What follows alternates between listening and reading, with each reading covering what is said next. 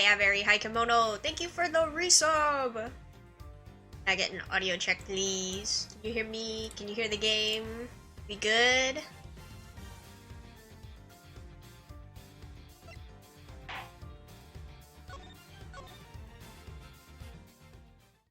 Sounds good, thank you. Audio sounds fine. Yippee! How are you guys?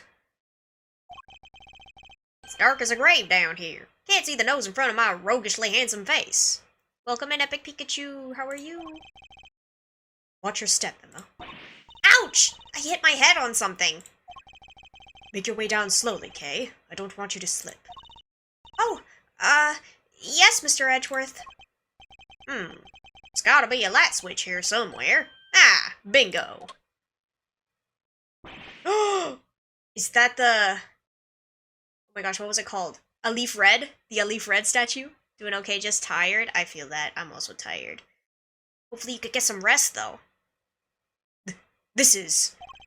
So the hidden 51st floor really is being used as a storeroom. We'll need to take a careful look over all these items. Yippee! Oh my gosh, it's the cursed suitcase. Case saying Mr. Edgeworth. Does it? Wait. What does she call him? Huh? Wait. Brain? What does she usually call him? Does she not? Good, excited for the Wheels' potential return? The Wheels? Is that like a band or something? Alright, Mr. Edgeworth. You promised me an explanation or three. I did indeed. Where to even start? No, the wheel. For the game choice. You're right, I should do that. I haven't spun a wheel for a long time. I need to figure out what our options are, though. I think that's what she calls him, but I don't know. It feels icky because she feels more polite. Yes, it does feel icky because she's more polite. I agree. Wow, a lot's been happening, huh? What a case! It's not supposed to fill you with excitement, Emma. Seems like you've gotten yourself into a real pickle, Mr. Prosecutor Attorney. I'm not an attorney. Or a prosecutor anymore. Well, whatever you are, I think it's time for science to lend a helping hand. Don't worry, I brought my entire kit with me. Well, if you're sure. Higurashi wasn't finished, but maybe not safe for stream anymore, so Kimono Tea Time filled that slot, and now Dragon Quest is finished, so Wheel Time? True. And I think technically we did finish Higurashi, because the rest are just like side stories. They're not part of the main story, so I'm gonna count it as done. That's how I'm gonna think about it. But yeah, I should compile a list of what we have. Are you kidding? I live for moments like this. Here, let's make this all official. Good working with you again, Mr. Edgeworth. You finished the game, but it got kind of weird near the end. Exactly, because, like, I feel like they deviated from the main plot, because the main plot ended after the happy ending. You know? But then, I don't know. The side story stuff? Whack. Very whack. And you, Miss Sky. And then there were four. Right, everyone, let's get to work. I want to know where that elevator goes. Looks like it goes down. It's something we'll certainly want to investigate further, but we should look around up here first. Aye, aye, Captain. Let me know if you find anything juicy. I'll keep trying to see what I can remember. I'll let you know if anything comes to mind. Thank you, Kay. Emma. Ready, willing, and able to investigate, Mr. Edgeworth. Very well, then let's begin. I need to figure out how to differentiate Emma and Kay's voices. We'll worry about that later, though. I like that she's just all up in his business. I can shove her. Whee! Okay. Suitcase. This statue. What is it? Got some new data for me? Not exactly. It's just something from a case I worked on. A piece of evidence. I believe it's called the Alfred statue. Alfred? Who's Alfred? And there were two of them. A real one and a fake. Whichever one this is, it shouldn't be here of all places. An old case, huh? Guess you've worked on a bunch of different...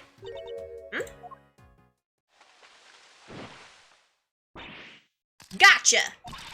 Caught in the act, red dang-handed, guiltier than a tomcat covered in cream. Ah! My eyes! Stop that at once! Ain't no stopping my snapping, not till I got every dang detail and then some. Y'all think I'm about to let a bunch of dirty criminals go before I get the shot? Think again. We're not criminals. Yeah, sure. Pull the other one. It's got bells on. This here camera's a weapon of justice. It ain't about to be hornswoggled by your cheap denials. Oh, it's you. Huh? You're that low-down dirty jerk of a prosecutor, ain't ya? Who are you calling a low-down dirty jerk? This is Lotta Hart, a photojournalist by trade. We've crossed paths on a few occasions, especially on that one particular case. She's hard to forget, and even harder to get a word in edgewise with. Quit making that face, will ya? That's the face of a no-good schemer if I ever saw one. Seems I didn't leave the best of impressions on her, either. Well, it's payback time, Mr. Schemer. You ought to be thankful all I want from you is a couple of pictures. But we're just here to investigate. Sure you are. If by investigate, you mean pull the wool over Lotta's mild-white eyes. Sorry, Mr. Edgeworth. I thought you might listen to me. Didn't hurt to try, I guess. But we're probably better off leaving her alone for now. I wanted to look at the suitcase. You said this statue was a piece of evidence from an old case of yours, right? It's pretty weird looking, I have to say. It's known as the Alfred statue. The what? The Alfred statue. But it says here it's called the Alif Red statue. Alif Red, Alfred, Alif Red. What are you muttering about? Oh, nothing. Let's carry on looking around, shall we? He's wrong! It's Mr. Monkey. What is that? Giant-headed thing. Oh, giant head thing. It's the head of the great Mrs. Monkey. Oh, it's Mrs. Monkey? I thought it was Mr. I remember this case well. But how did they even get it up here? Huh? Mrs. Monkey? That doesn't sound right. Are you sure you didn't get the name wrong, Mr. Edgeworth? Or misremembered it somehow? Don't be ridiculous, as if I'd ever make such a mistake. Lotta, probably not the best idea to take pictures of criminals doing criminal acts right in front of them. That's how you get killed. True. True. Not very smart. The blue badger is back there. Darn. Look at all this stuff. Oh my gosh, wait, it's from Blue Corp. This green thing. Whoa, that's one heck of a desk. And the desk with the people. I wonder who it belonged to. There are 4 male figures acting as legs holding up the tabletop in the center. It's hideously cringy. Were kidnapped and then killed, true. And it doesn't even have the good decency to be camp enough to loop back around. Is this from one of your old cases too, Mr. Edgeworth? No, I can't think of anyone related to any of my investigations with such ostentatiously awful taste. At least, I don't think there was. You'd be wrong, buddy. You'd be very wrong. Hold on, let me close my door. My cat's perched at the window, so maybe she'll nap. Hi, Lucy.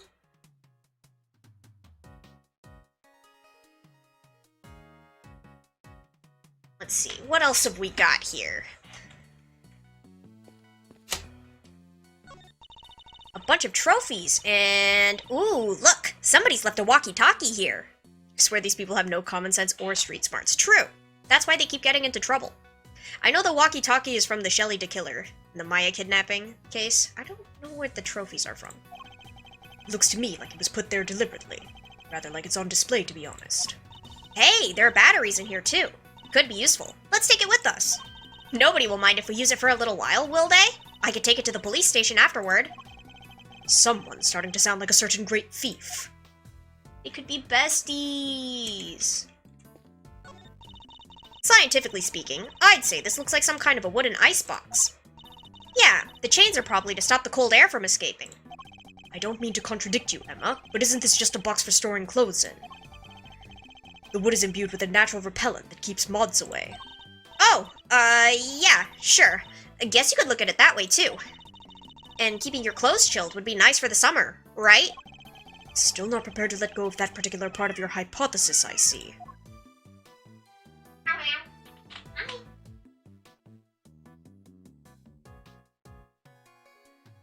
So whiny. The Blue Badger Mobile! A bunch of videotapes. These are... What's the matter, Mr. Edgeworth? If I'm not mistaken, several of the items on display here are pieces of evidence from old cases of mine. What are they doing here? Maybe this is where the committee stores stuff it's looking into. Can't be. Evidence like this is stored at the police department. They don't keep stuff at the prosecutor's office, too? When a case is ongoing, yes, but once the last trial has been finished up, it's supposed to go right back to the precinct, unless there's a very good reason for it to go elsewhere. And yet, here it all is. There's no point in trying to figure out all the whys right now. I should take a closer look at it all. They all have labels. Labels with numbers printed on them. Exhibit numbers, maybe? You said they were all pieces of evidence, right? Yes, but judging by how the numbers are written and by the items themselves, I guess these are prices. The evidence all has price tags attached. High price tags. Prices? I would have never guessed that. Wait, but none of this stuff could be worth that much money, could it? The prices are very high indeed. It's no wonder she's surprised. I must examine all of these in detail. Let's see. We have the Blue Badger. The costume one. We have... I don't know which one that is, I'm not gonna lie. This is from the President's plane. The Iron Infant. A safe.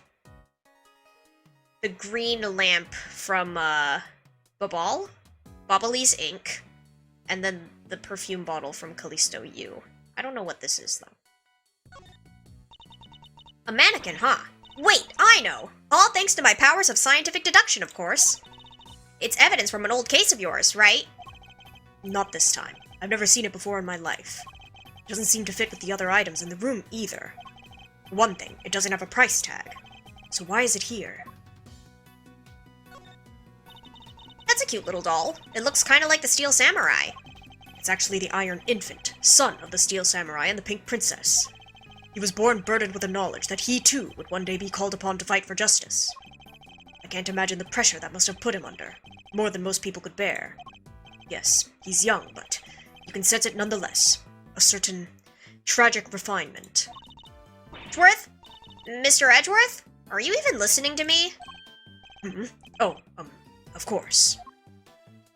He's such a fan. Aw, isn't he a cutie? Look at this fluffy little guy.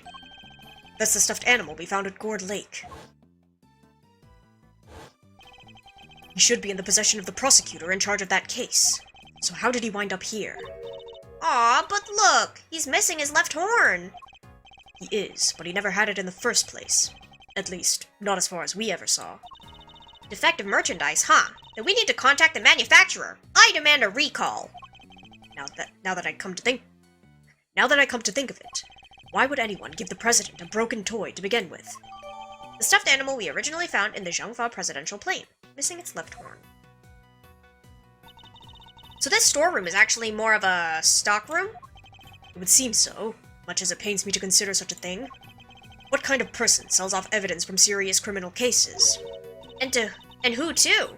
Who would even want to pay for all this stuff? Somebody, clearly. The price tags are proof of that. Wow, people really will collect anything, huh? Fascinating. That's odd. This is the only spot with nothing on it. But it still has one of those signs in front of it. Indeed. And look, there's an outline in the dust on top of the cloth. I'd say something was probably sitting there until quite recently, wouldn't you? You know what? I think you might be right. But, I'm drawing a blank trying to imagine what. I might have an idea. A star-shaped outline. Don't we have a piece of evidence that might well be connected? Ah, I see. We'll do that later. It's a small bottle, one I've seen before. Oh, that's all? Nothing else to add? Well, no. What more did you want me to say? Hold up. I've gotta write this down. Mr. Edgeworth can turn even the most boring topics into something picturesque with his explanations. Next time, try taking those kinds of notes in silence. It's a compliment. A bottle of ink and a lantern. Both pieces of evidence from a previous case of mine. But why? What's all this stuff that's related to you doing here? It's not as if any of it was in my possession for any length of time. The duration of the case and no longer. Perhaps this is all nothing but a coincidence. Seriously? A coincidence? I never thought I'd hear those words coming out of your mouth. We must always face up to the facts of a situation, however strange they may be. Isn't that what scientists believe too? Oh ho ho! You want to talk about what scientists believe? Settle in. This may take a while. Can I not look at the safe? Bruh.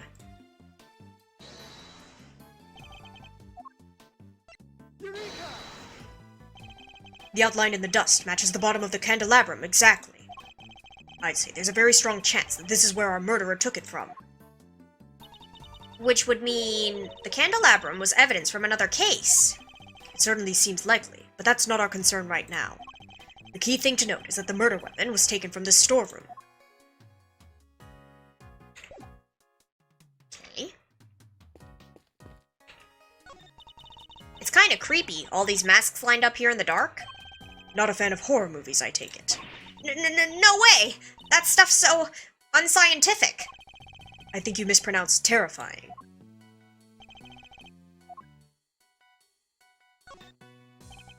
These are all case files from various murders. What? But why would they be in here? They should be safely under lock and key at the courthouse or the prosecutor's office. Which would suggest that somebody removed them without permission. Something very suspicious is going on here. We need to find out more. I don't recognize the top masks, but Pink Princess, Steel Samurai, Nickel Samurai, Evil Magistrate, and then Badgers. There's a selection of masks arranged on the rack here. There's even a Steel Samurai. And what an impressively authentic likeness it is, too. The scientist in me is sensing something strange, though. A lack of consistency, you know? In the sense that the characters representing here feel a little haphazard somehow, I don't disagree. There's even an empty space here. Yeah, just an empty hook right in the middle. Is somebody using that one, perhaps? Or maybe we have it, Edgeworth? Right here. Kay was carrying a Jammin' Ninja mask when she was found, but it looks like it might have originally come from this hook. Scientifically speaking, that doesn't seem like a crazy hypothesis, which would mean that Kay was really here? As you put it, not a crazy hypothesis, but why? Did she come to steal something, maybe? There's all kinds of stuff in here. Because she's a great thief who steals the truth, I suppose. No, I think it's too early to jump to any conclusions. Eh?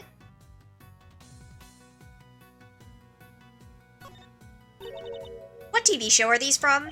I don't know a whole lot about it, but I believe it's called The Students of Starry School. It's about an elementary school where the students are all superheroes. So their masks are modeled on sports safety helmets or something, right? And maybe the number of eye slits tells you their student ID number. So the one on the left would be number 1, and the right is number 2. I suppose that could be it, yes. And that would mean a ton of slits for the kids with the highest ID numbers. I have to admit to being a little intrigued by this show now. Aw. That's Captain Saipan. He's super popular overseas. Everybody loves dressing up like him. Kids, adults, you name it.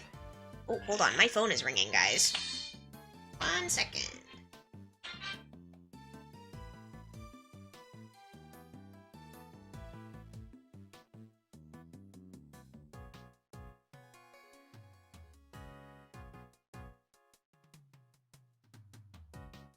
Potential spam, we are good.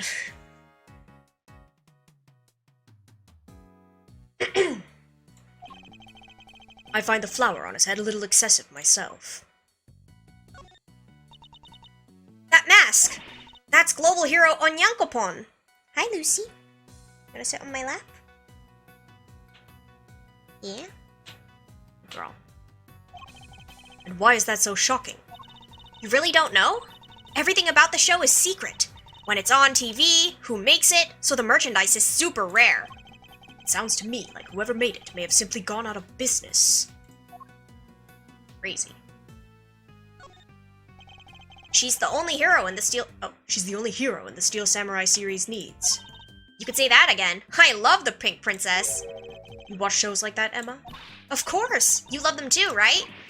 Well, I don't really know all that much about them, but sure. Really? Because I saw the Steel Samurai figure in your office, so I thought... Ugh, can't believe even Emma's seen it. Bro, you just leave it out in the open. Of course she's seen it. It's the Steel Samurai and the Nickel Samurai. The Nickel Samurai always seems kind of pleased with himself to me. You know what I mean? Like, it's not just about being skinny and cool, you know? There's more to it than that. I'm Team Steel all the way. You've just gone up in my estimation, Emma. Crazy. Oh, look at the badgers. Darn. I guess we talked to Lotta now. So, what are y'all doing snooping around a fishy old place like this anyhow? I think it's us who should be asking you that. Me? I'm in it for the truth, for the good of society. And for little old me, of course. I'm what you might call a photographer for the people. Snapping here, snapping there, snapping every dang where. I'll just leave you to it then. You can talk once you've gotten it out of your system later. Oh, okay. Oh wait. This. Piles of banknotes just left out for all to see. A little tasteless, wouldn't you say? No way! These are all $100 bills! That's a fortune right there! Piles of money were left at the storeroom. Some kind of deal? How many years would it take for you to make that much money, Mr. Edgeworth? Please, Emma. I don't even want to think about it. Which means probably not very long, Mr. Rich Guy.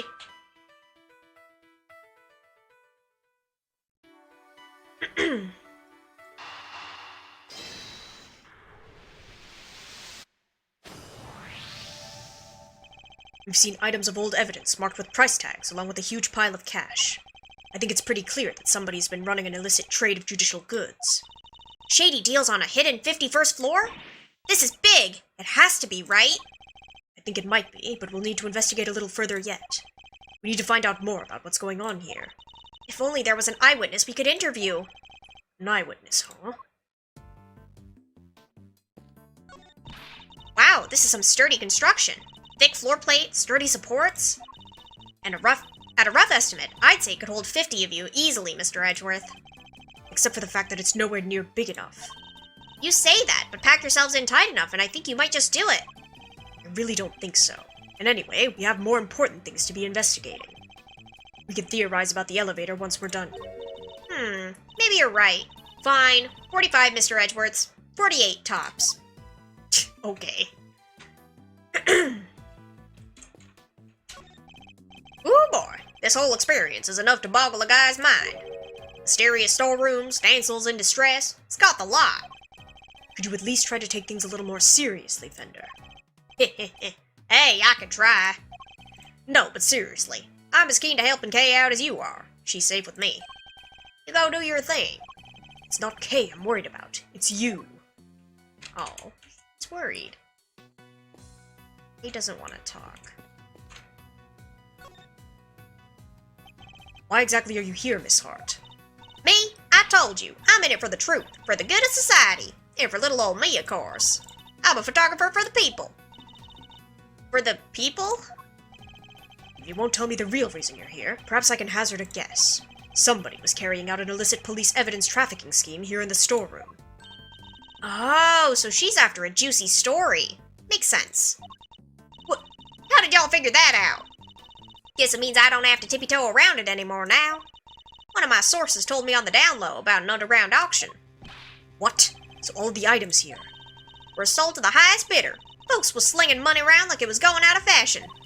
Had to come see for myself, of course. Get eyes on my subject, you know. Should have heard the tales my contact was telling. Taller than 2 trees, or so I thought at first. Anyhow, wasn't about to write it up based on the hearsay alone. So yesterday I snuck in, slunk behind this here statue, and settled in to wait. Bidding started late at night and carried right on to the break of dawn. So the auction and the murder happened on the same night. Coincidence?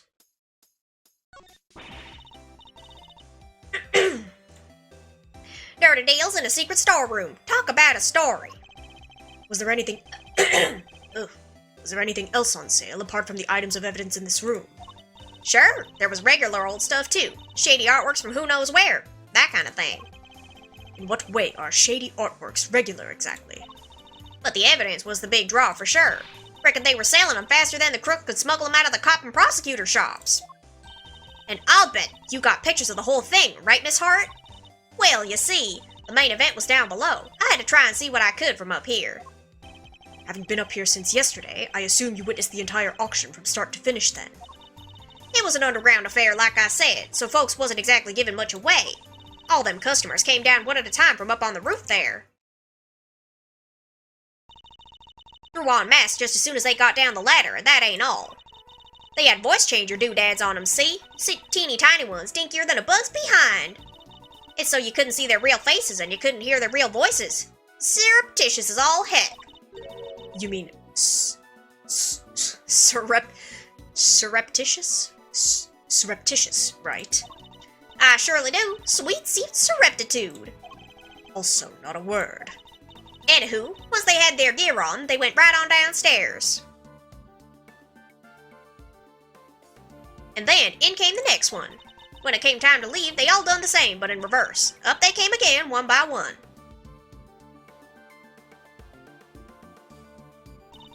Mask back on the hook, up the ladder and away. Whoa, that's a serious operation. A selection of various masks was kept on a rack. Each participant at the auction wore one. How many participants were there? 11 altogether. I counted them when they came down the ladder. Participants entered the storeroom one by one from the roof. They also left one by one through the storeroom and up to the roof. I didn't just hide behind a stupid statue the whole time, you know. You didn't. Then where were you? Well, when I first got here, You know what? That ain't important right now. So you were hiding behind the statue from the very beginning. Anywho, I watched all them folks come in from my spying spot there in the shadows. I see. So you were watching from behind the statue. They used that there elevator to get down below. And once they was all down there, I snuck up and took me a peek at what was going on.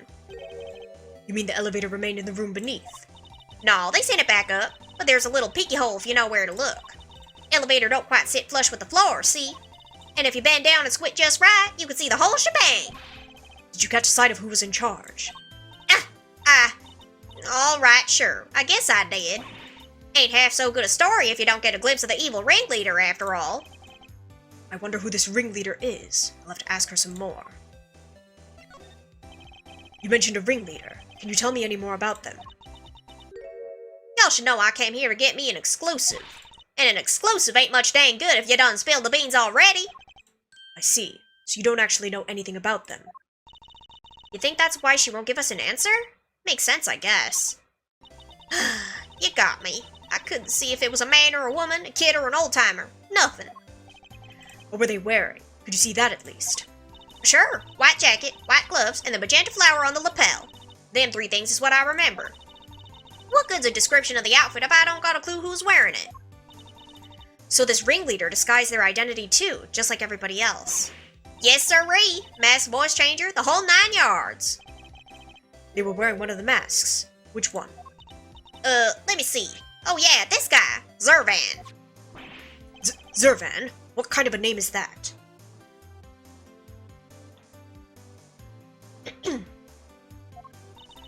Seriously, Mr. Edgeworth? You've never heard of Zervan? He's global hero Onyankopon's arch nemesis. Who hasn't heard of Zervan the Time Lord? I think you might be better off asking who has. So you didn't get a glimpse of their face at all? No, I dang well didn't, which kinda scotches my scoop.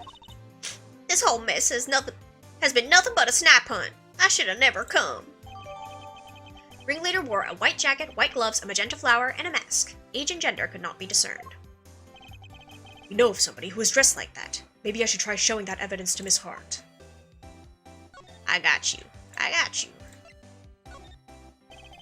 You said that the ringleader was wearing a white jacket, white gloves, and a magenta flower, correct? Sure did. Don't ask me why they were dressed up like a peacock on parade day, but they was. Is this the outfit you saw? Well, holy smokes, it sure as heck is. Wait, so the big cheese is dead? All we know is that she's the victim in the case we're investigating. Her name was Rosie Ringer. Do you know her? Nope. So the ringleader was a lady? Well, ain't that just slippier than a dang deal? Throwing me off with a man's jacket like that? I hardly think she did it to fool you specifically. But setting that aside for now, what's important is that we've discovered something vital to the case. Namely, that the underground auction was chaired by none other than our victim. So somebody done bumped off the boss, huh? Then that's what was happening. When what was happening? Oh, nothing. Nothing at all. Y'all just go on about your business now. No offense, Miss Hart, but that makes you sound about 5 times more suspicious. Suspicious my foot? I told y'all, it's nothing. And you won't get nothing more out of me than that. Wait, so there is more. How many dang times do I gotta tell you? It ain't nothing, okay? And I ain't saying nothing either way. Aw, you can't tell us just a little more? Pretty please? I'll tell you this, okay? I'm a journalist, a news hound, a scoop hunter, you hear? Exclusive articles go out, money comes in. That's how the game is played. Tell you more, heck, I done told y'all too much already. Wait, what if I, examine some fingerprints for you, pro bono? What kind of a cockamamie thank you is that? I'd sooner get a tooth pulled. You want intel? You go dig it up yourselves, just like I had to. Okay, guess she isn't gonna talk to either of us. Oh, she will. I'll handle things from here, Emma. There's a certain technique I find useful when dealing with difficult customers, such as her. She may not give the information voluntarily, but that doesn't mean she can't be persuaded to. It's time. Let's start by observing our opponent. I ain't telling y'all nothing, you hear? Now quit wasting my time before I really blow a fuse. As we've seen, she's very quick-tempered. She'll try to cut the conversation dead wherever possible. I won't have much time to think, so I'll need to be swift and decisive. Lotta is mad. She's so mad. Miss Hart is definitely hiding something from me, so my first move is to discover what that something is.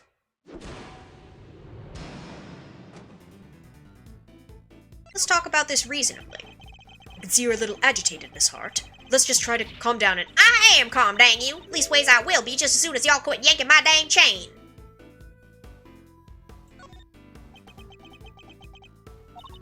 That's better. Being a news hound's all about keeping a cool head no matter what the world throws at you, see?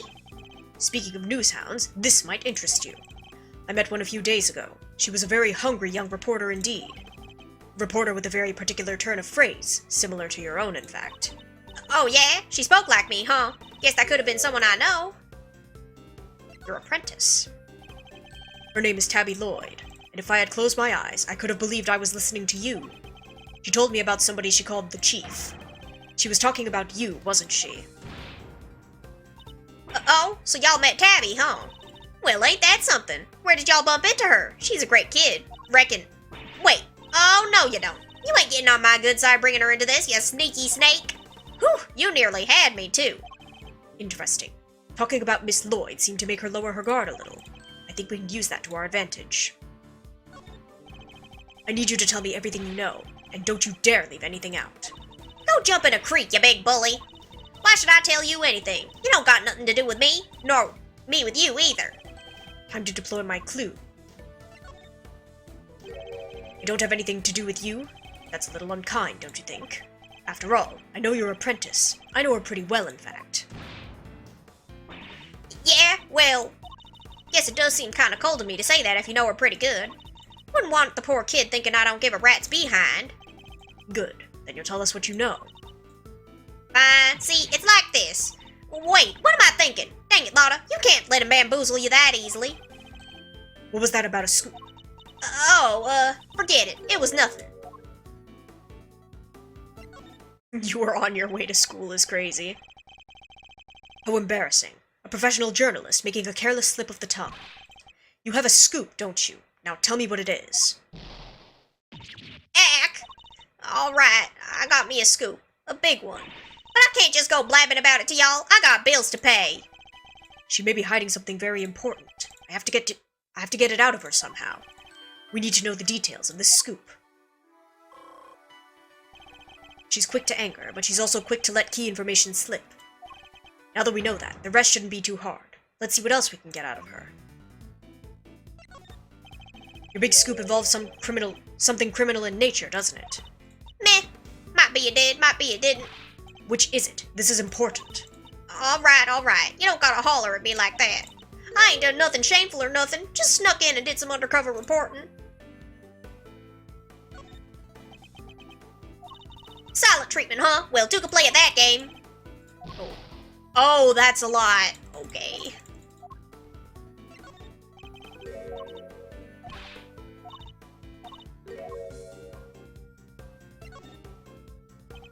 I'll be the judge of whether your actions were shameful or not. An unlawful entry into a private property is very shameful indeed. In fact, it's a crime. Hey, you did the exact same thing, genius. Oh, but I guess you're a prosecutor, huh? You're allowed to do stuff like that. Let's not mention the fact that I handed in my badge, shall we? Still, it don't amount to a whole hill of beans, right? There's folks out there that have done way worse. Murder, for one. Next to murder, trespass ain't hardly nothing. So your scoop is about murder. You committed a murder is also crazy. From your mutterings about murder just now, I gather that your scoop has something to do with a homicide. No, I was just talking all hypothetical like, you know, about murder being the big one and all. Ain't nothing worse than a murder. Not the most skillful evasion I've heard in my career. Look, I done told you, okay? I snuck into the auction. I'll cop to that. For murder, I don't know nothing about no murder. Ain't seen nothing. Ain't heard nothing. Scout's honor. No. Oh my gosh. This scoop of yours, does it have something to do with the auction? You know what? I clean forget. But you tried to infiltrate an underground auction. It only stands to reason that you observed something. Otherwise, what would you have to write about? I don't know what to tell you. I didn't hear nothing. If you didn't hear the sound of nothing, does that mean you did hear the sound of something? Something during your time in this room? Well, see, it was nothing really. Just a little noise is all. Wouldn't even make page 16. Forget I mentioned it. So something happened during the auction. Something that made a noise of some kind. This could be a valuable clue.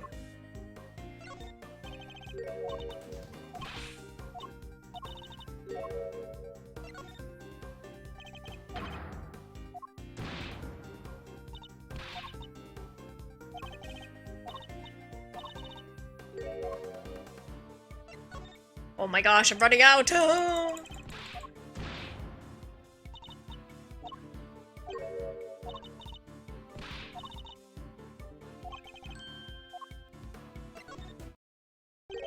You told me you heard something during the auction. You claimed it wasn't important, but it must have been. Otherwise, why remember it? I think it was something very memorable indeed. In fact, I believe it was the cry of a murder victim. How do you keep doing that? Alright, it's true. I wound up smack dab in the middle of a murder scene, but only by accident. And that's all you're getting out of me. Won't be no scoop left otherwise. The murder Miss Hart witnessed. It must be the same murder we ourselves have been investigating. That should prove to be a very valuable piece of information needed. Perhaps we should finish up by confirming the credibility of her claim. I have her on the back foot now. Time to finish this. I need you to describe the murder in detail. It's vitally important. Wish I could help y'all, but I don't rightly recall a whole bunch. Ain't much I can tell you. Sorry. I mean, look at me. Can't even get my facts straight half the time. You said you wound up in the middle of a murder scene. Is that really true? You're calling me a liar now? Hoo-wee, now I'm mad. Real mad. I'm a journalist. How am I gonna sell stories if folks can't trust that I'm telling the truth? I got me a motto, you know? Faster than anybody? Honest. I was like, what is honester? Honester than everybody. A motto, huh? That could be an important clue. I should bear it in mind.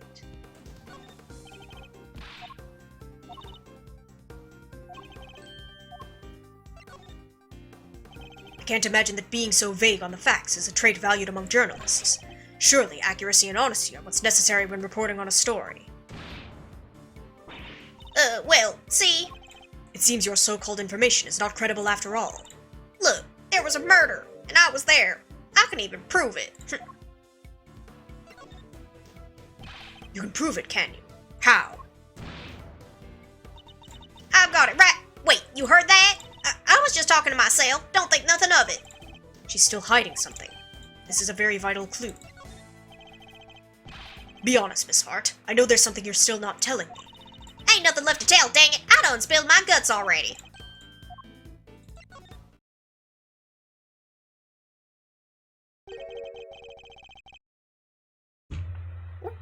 You okay, Lucy?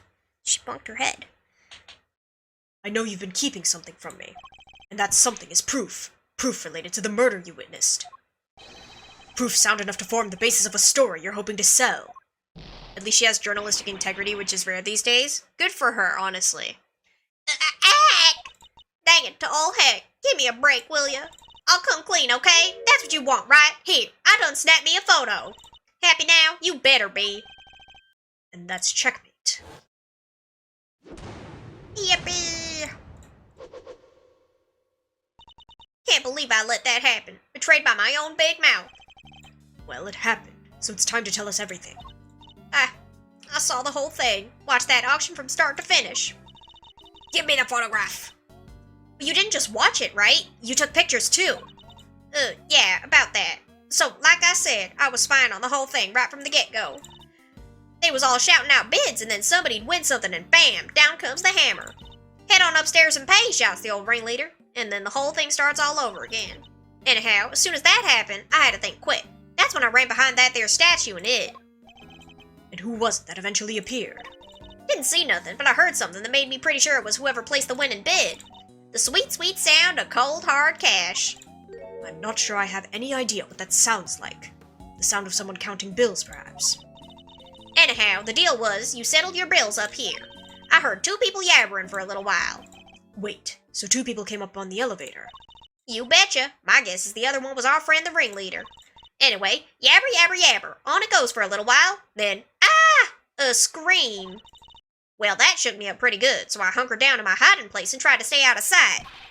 So you didn't see the moment of the murder? No, but I heard it real good. You didn't try and help whoever was being attacked? Quit trying to be funny, girlie. It don't suit you none. I'm just a dainty little journalist, all on her lonesome. You think I was fixing to jump in and save the day? Dainty. Anyhow, then there was a bunch of rustling sounds. Right about when that happened, I got to feeling pretty bad about what I'd done. That makes sense, I guess. After all, I didn't remember to get out my camera and snap even a single picture.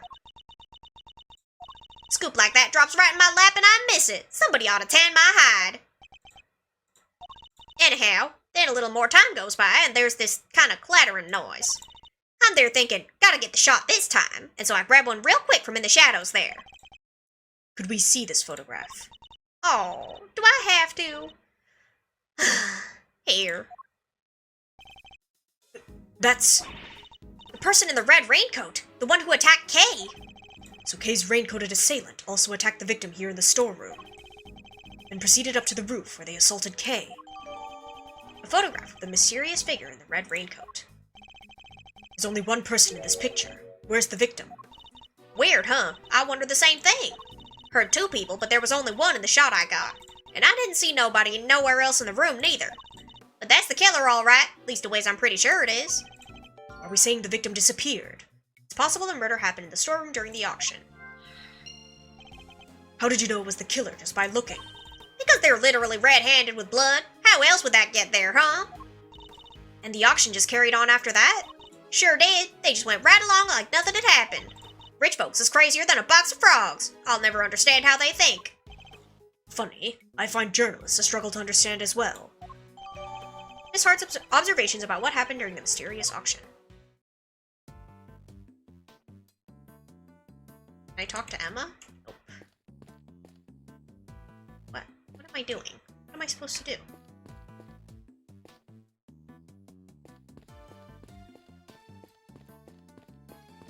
Oh, maybe this.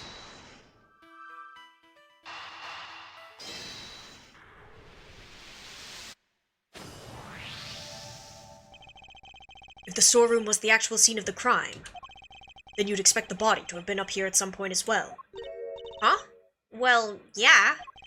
But think back to what Miss Hart told us about how the customers left the auction. Do you remember? Of course. They came up from downstairs, back through the storeroom, and...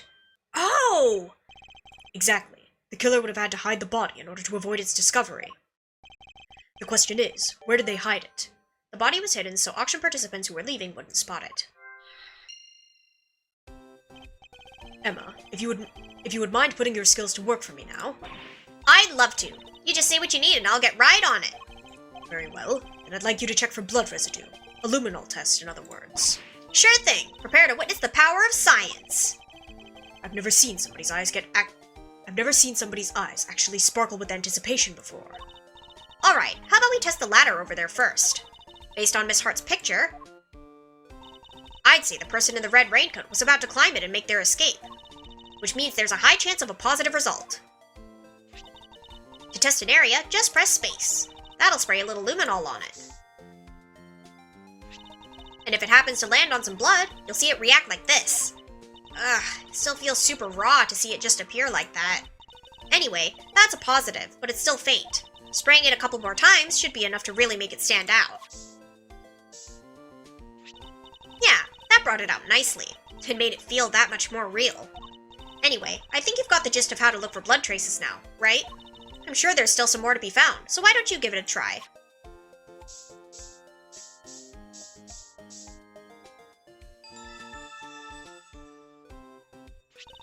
And that's how it's done. Take a good look around and see if you can find some other places to test with the luminol. You want to test there? Just spray some luminol on any place suspicious.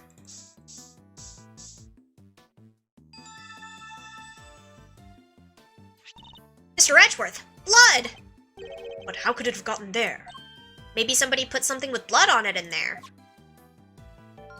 Blood was detected in a clothes box that was up for auction.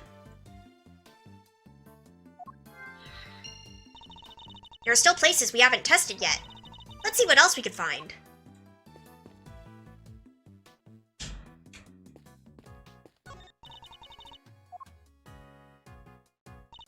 Sorry, it's a negative.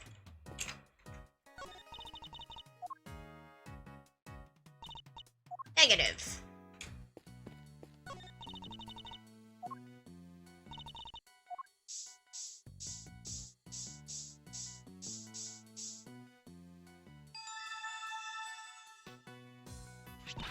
You've got a positive. There's blood here. But how come? Probably because this is where the murder was actually committed, I'd say. Ooh, looks like some of it dripped through to the floor below, too. Blood was detected on the secret elevator. Looks like it dripped through the floor below. I think that's all the blood there is to be found. Right, then that concludes this phase of our investigation.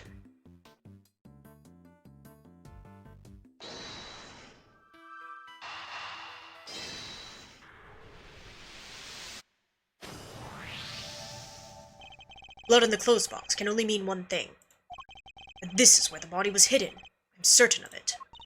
I wonder who won the box in the auction. I haven't the foggiest. Still, it's a very helpful discovery.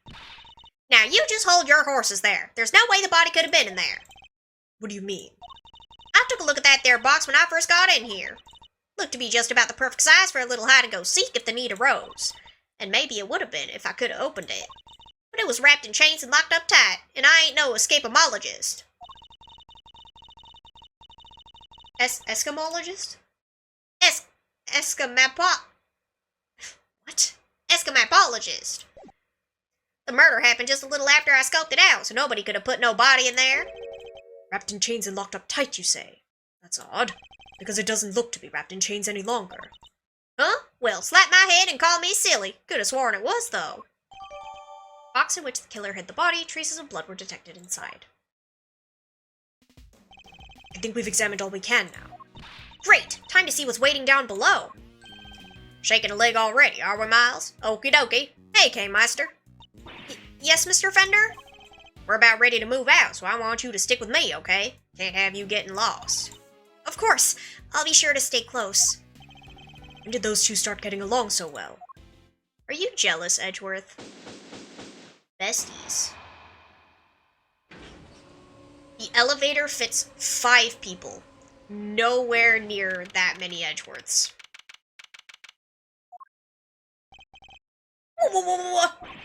Mr. Edgeworth!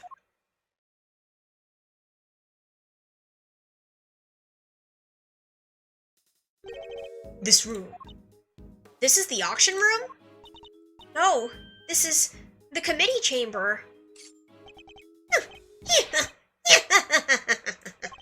Way to drop right into my lap, Kay Faraday. You got real guts, I'll give you that. Arrest her, men! Arrest her right now!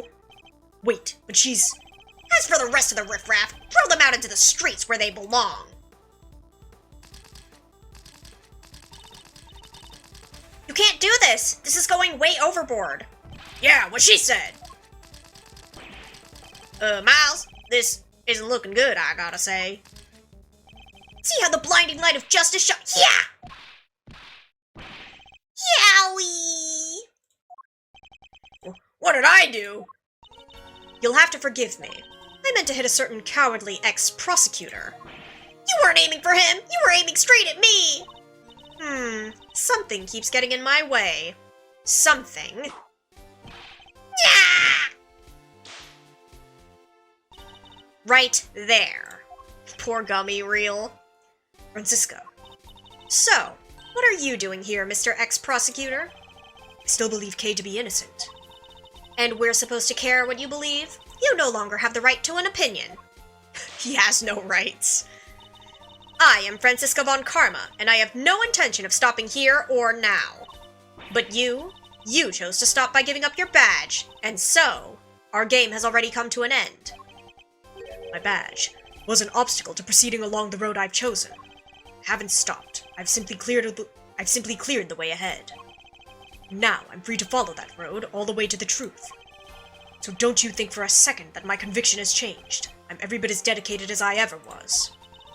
You seem to think you know what lies at the end of this road to the truth. In that case, I demand that you show me. I'll explain my current theory first, and if your road fails to lead anywhere, my whip will happily guide it. Francisca's current theory.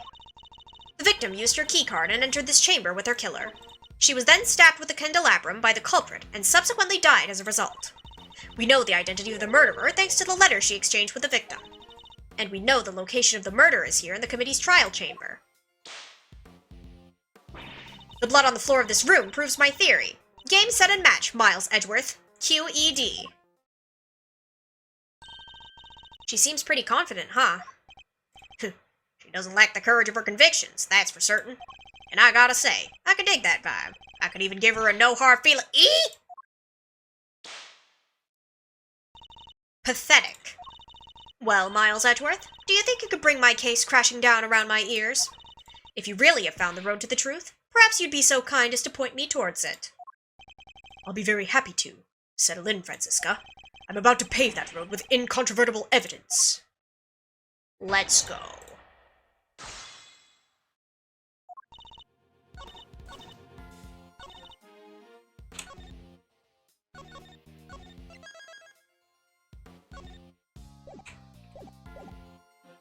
Present.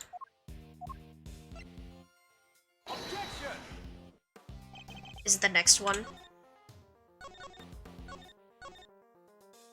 I'm fairly certain this is right.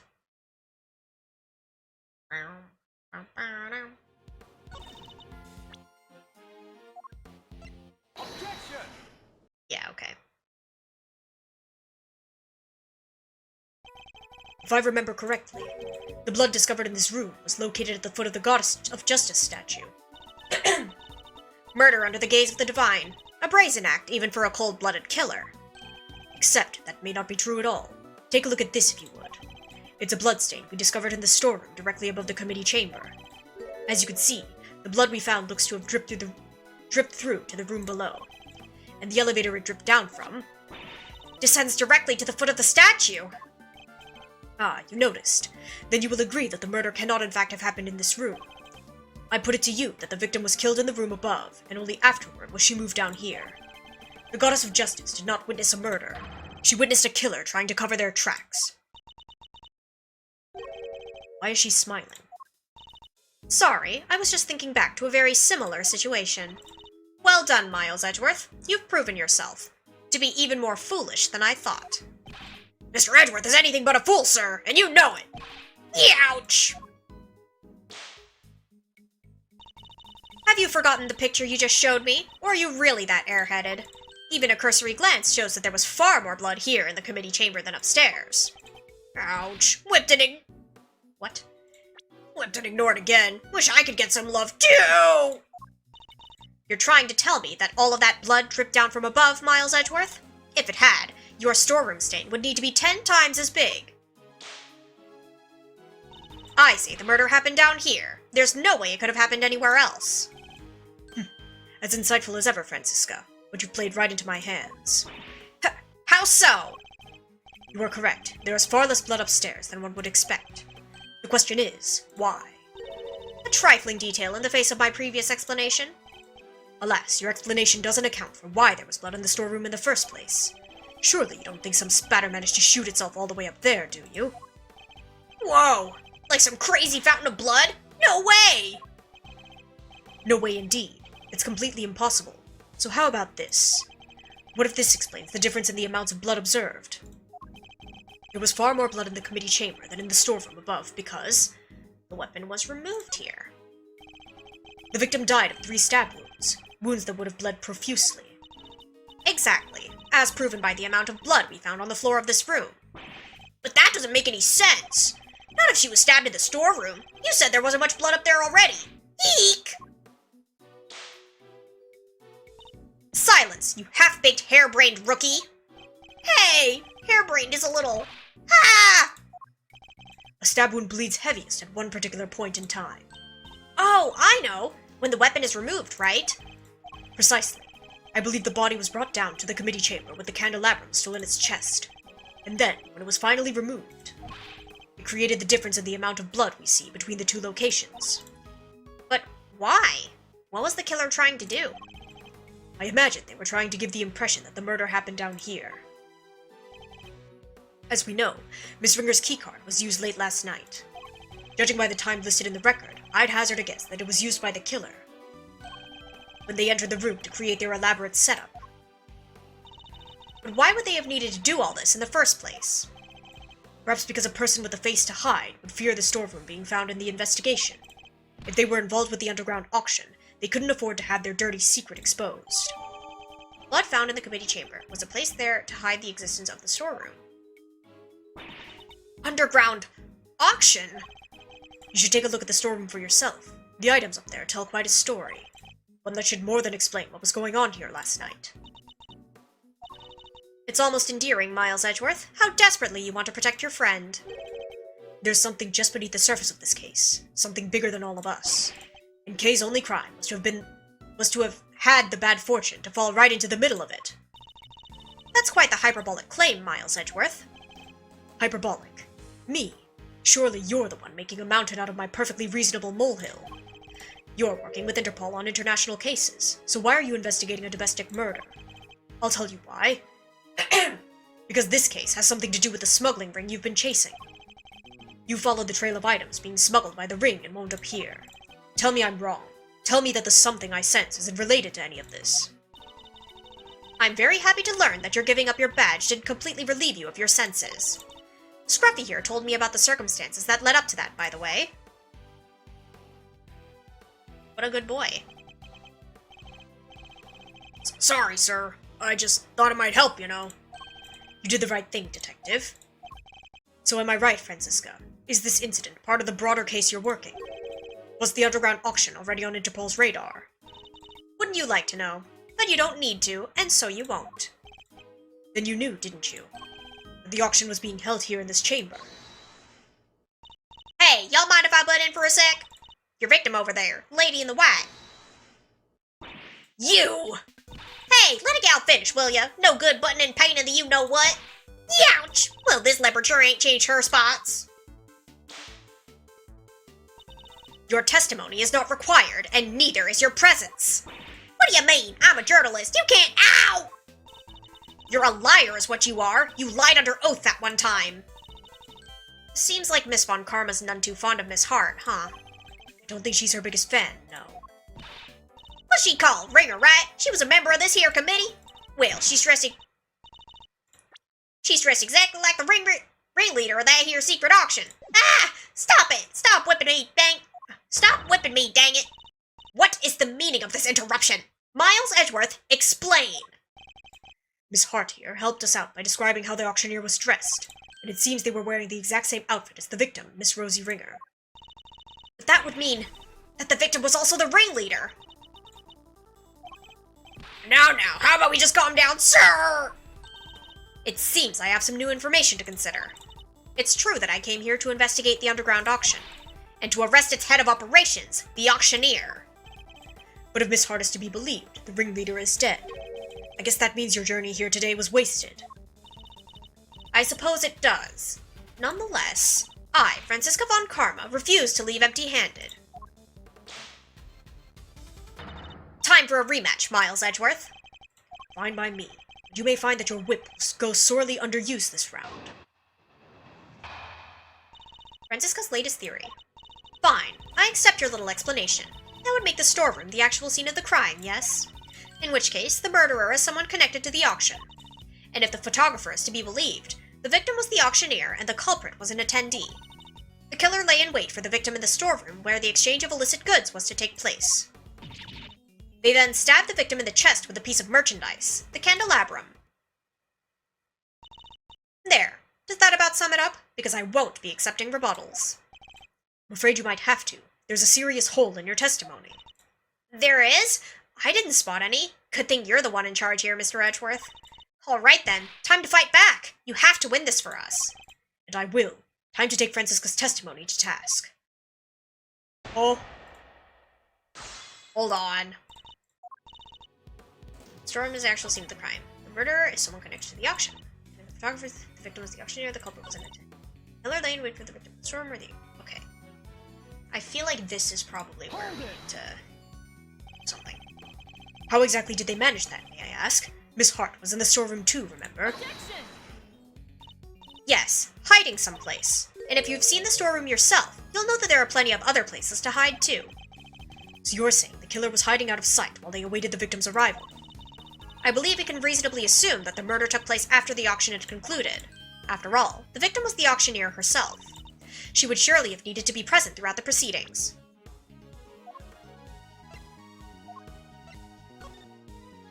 The auction continued even after the murder occurred. I see. She thinks it happened afterward. Would you mind adding that statement to your testimony, Franziska?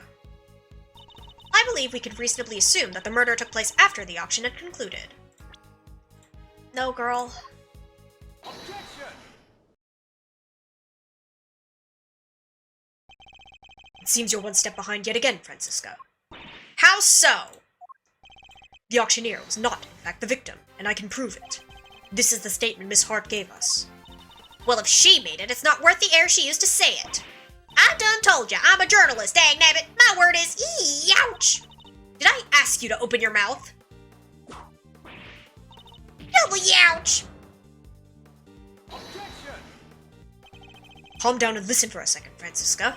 Miss Hart witnessed at least some of the events surrounding the murder, and she confirmed that the auction continued even after the murder had occurred. You bet it did. Went right on like nothing had happened at all. How would that have been possible without an auctioneer? It wouldn't. So you see, the victim couldn't have been the auctioneer. She was one of the attendees. No! As I've been saying since the start, there's no way Kay could be the murderer, because she had been pushed down the hatch by her assailant and knocked unconscious by that time. So then, who was the victim really? Right, well, if the auction carried on after the murder, the victim must not have been the auctioneer, but an attendee. That's enough. I know that sound all too well. not the camera. Order in the courtroom. All rise for the chairman.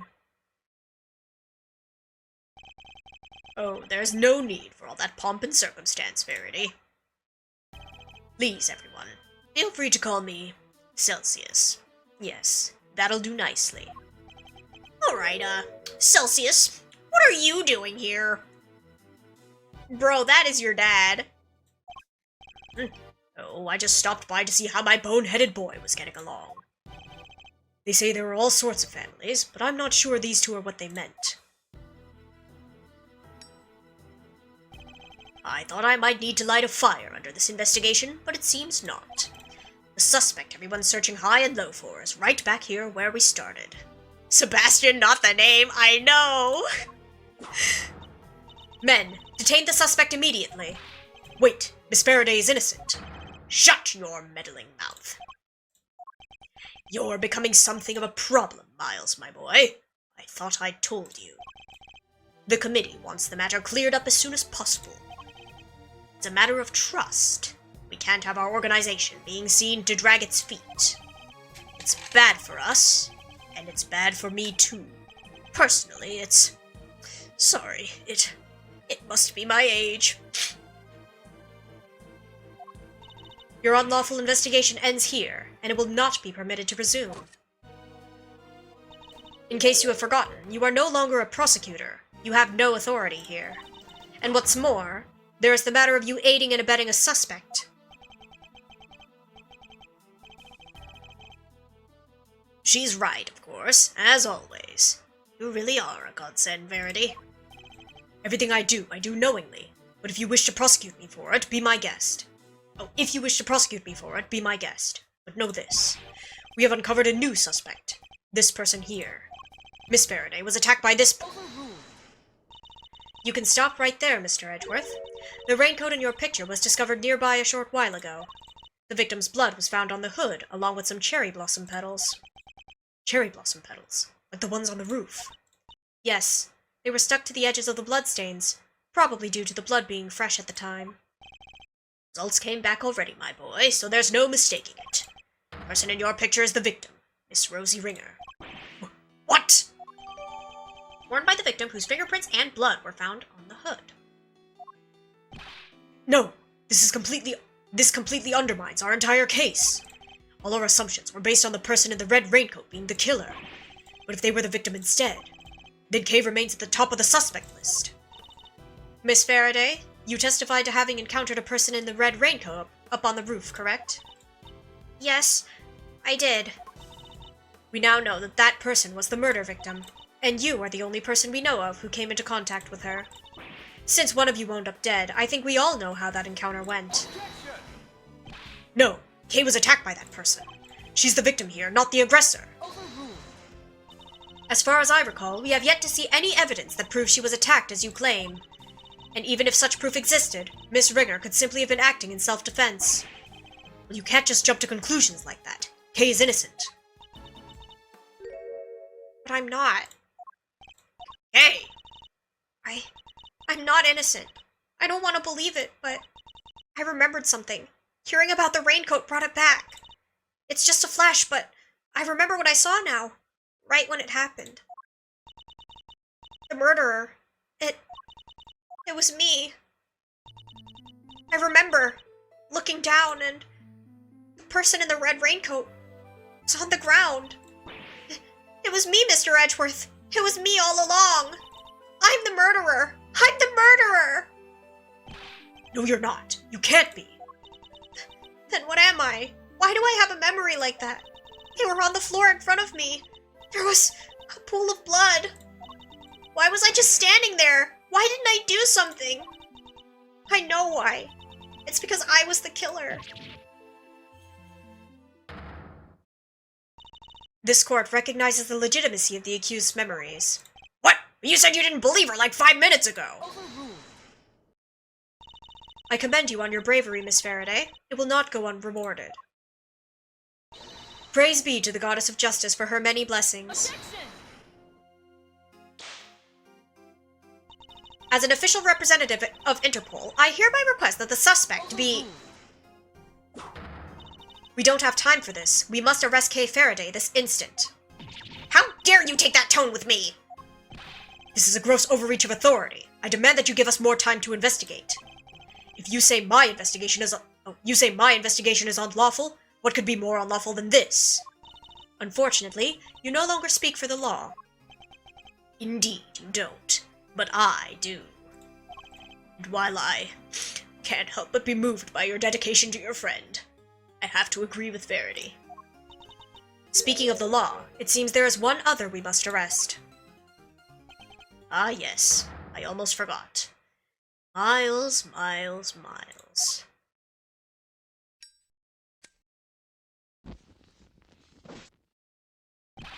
What are you talking about? Mr. Edgeworth was just doing his job. He didn't do anything wrong. He wasn't doing squat. By which I mean to say, unfortunately, Miles is no longer serving in any kind of official capacity. You went too far this time, Mr. Edgeworth. You conducted an unlawful investigation. Worse, you aided and abetted the flight of a suspect. You are no longer even an ex-prosecutor. You are a criminal. Nothing more. Urgh! Oh, that reminds me. There was supposed to be a hearing today, wasn't there? Concerning your conduct. I'll make sure it's officially rescheduled for tomorrow. Although, I fear I already know the outcome. Look at this as an opportunity to reflect on your actions, Miles. A chance to really think long and hard. This court is adjourned.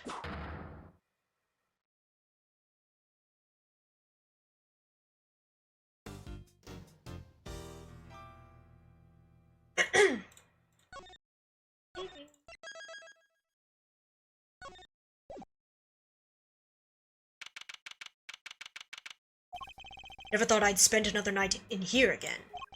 They stripped me of all the evidence we'd so painstakingly gathered, even if they did let me keep Kei's Yatagarasu pin. I can't help but worry about her. They'd better be treating her well.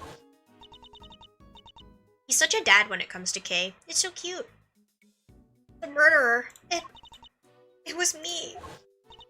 I remember looking down and the person in the red raincoat was on the ground. It was me, Mr. Edgeworth. It was me all along. I'm the murderer. I'm the murderer. Daddy Edgy, exactly. Papa Edgeworth. Come on, let's go. You got a visitor. A visitor? Who? Someone by the name of Dick Gumshoe? Want me to send him away? No, though I'm not sure what even to say to him.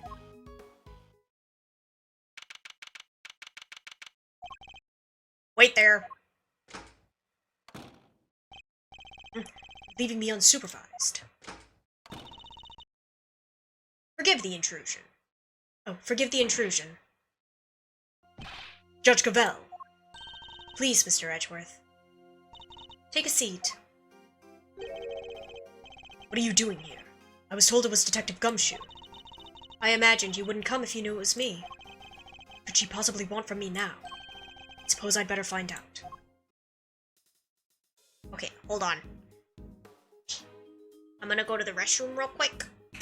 So, run an ad, and I will be right back.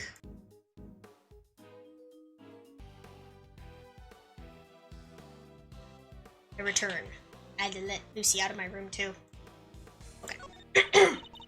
You may not be aware of this, but you are only permitted to meet with specially approved visitors. So I'm to be treated like a dangerous criminal, am I? I suppose my reputation is rather plummeted. Thank you. It has indeed. For you, of course, and your friends. That attorney and the other girl were raising quite the fuss earlier. Under an Emma. I saw them launch some extremely heated words at one of the guards. No, you didn't. You may thank the goddess in that regard, for even she is too busy to deal with each and every infraction. They will not be punished for their bad behavior. Did you come here just to chit-chat with me? You must have a lot of time on your hands. Oh, speaking of which, Miss Von Karma is continuing the investigation where you left off. I just thought you'd like to know. I figured you would be worried about how they were all doing. Hate to admit it, but she read me like a book. Let's cut to the chase, Your Honor. Why are you really here? I'm here simply to talk, nothing more. There's something I wish to know about you. Me. Yes, who else? Objectively speaking, you are highly intelligent and quick-witted, and a born prosecutor at that. Please, Judge Cavell, your sarcastic praise is but salt on my wounds. But I sincerely mean every word, Mr. Edgeworth, and it is why I failed to understand you. Take this latest case, for example. You were up against the very committee itself. You had no hope of succeeding. Even a child could have seen that, and yet... I don't imagine the old me would have ever been so reckless. The old me had power, and because of that, I thought that justice was always on my side. Just as you and the committee believe now. But a certain person changed my mind. He made me reckon with my selfish and skewed sense of justice. And once the scales had fallen from my eyes, I began to look at people differently. I saw that I was only able to be an effective prosecutor thanks to the efforts of those around me. Detective Gumshoe, and many investigative officers of the force. And even Kay. A certain somebody. We all know who it is. The man, the myth, the legend himself. It changed me.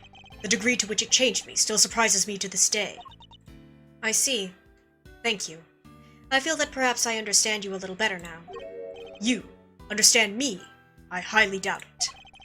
Someone who is so focused on forcing their idea of justice onto others can't possibly see what I see. He who must not be named, I know. Just say it, bro. Is that so? Is that what you truly believe?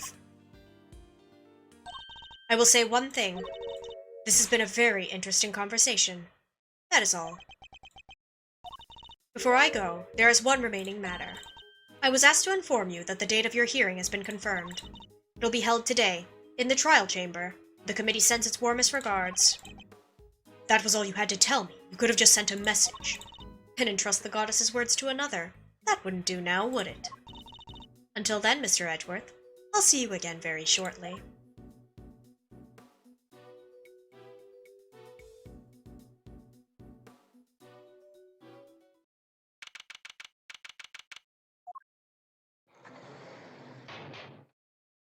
Clunk.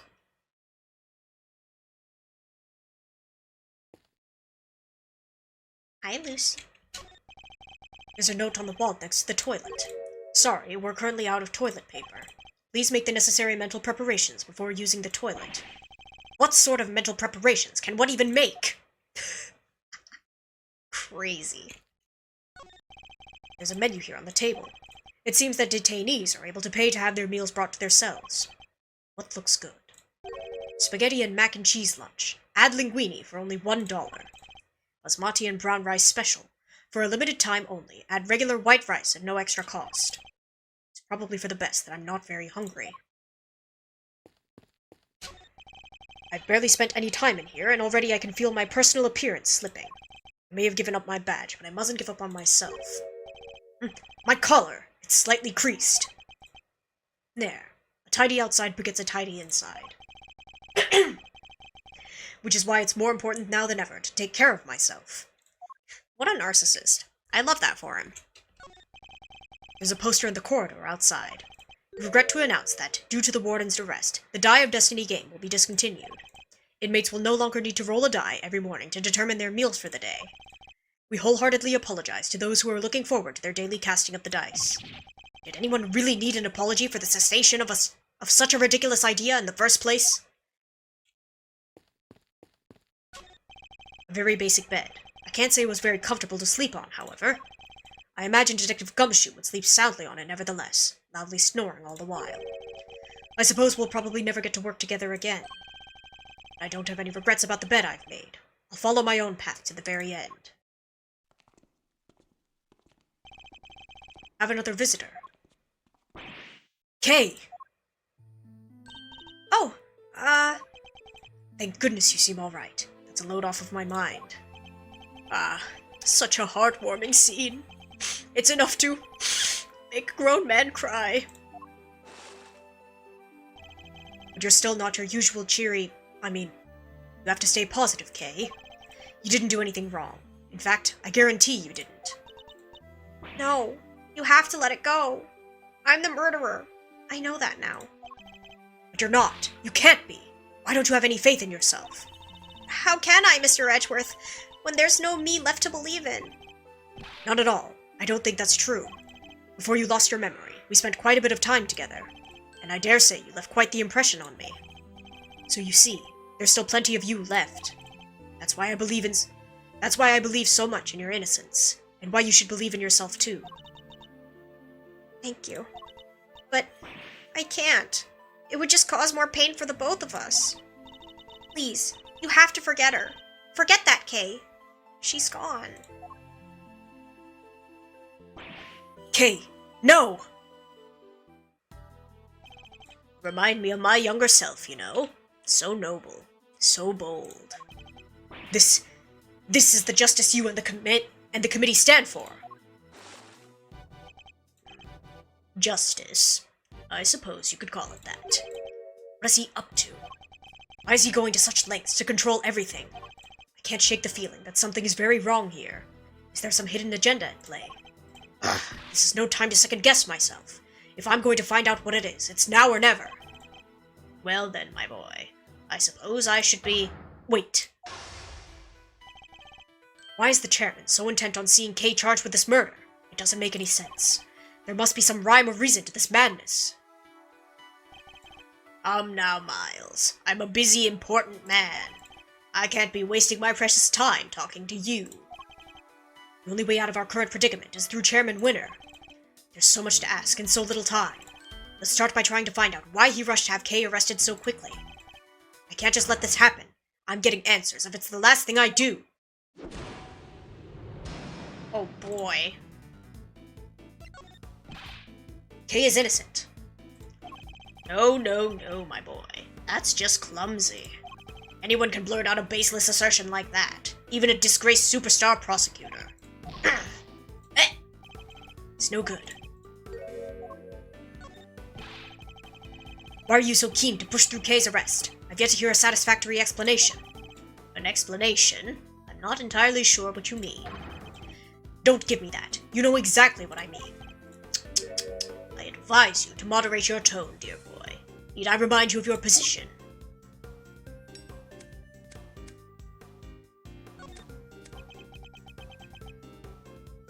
And suppose we did let your friend go free. What then?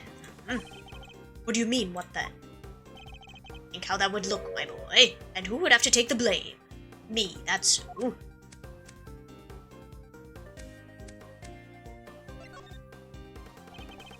Oh, nope. I should have saved! I should have saved! I should have saved!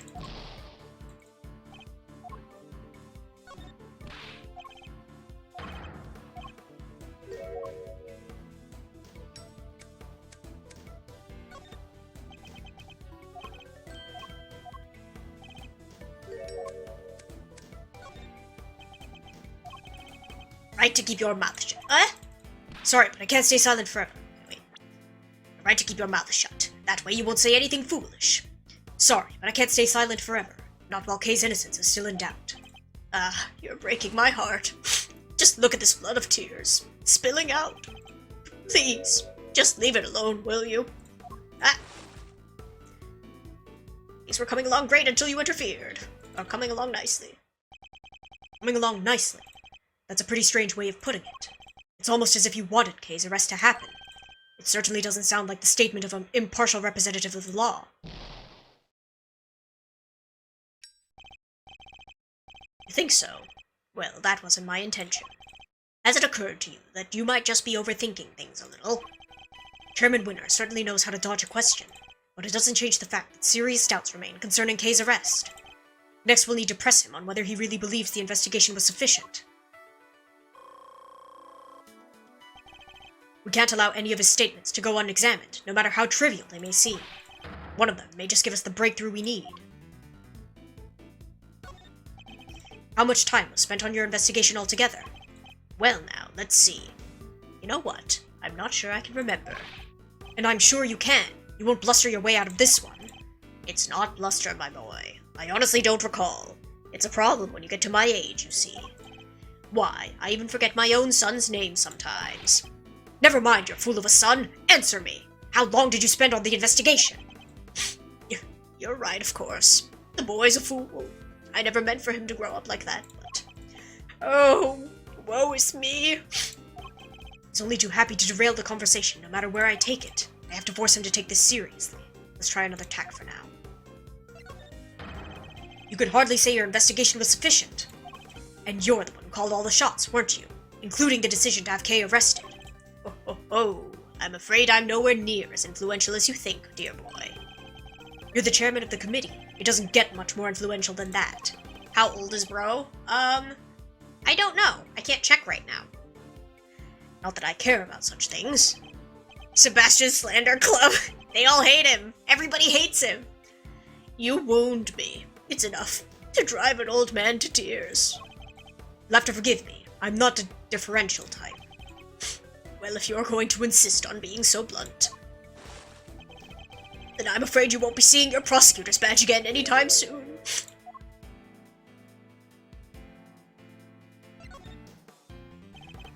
Let me make something clear once and for all. That badge isn't the be-all end-all for me. Far from it. I'm not concerned with titles or roles. Even you must understand that much.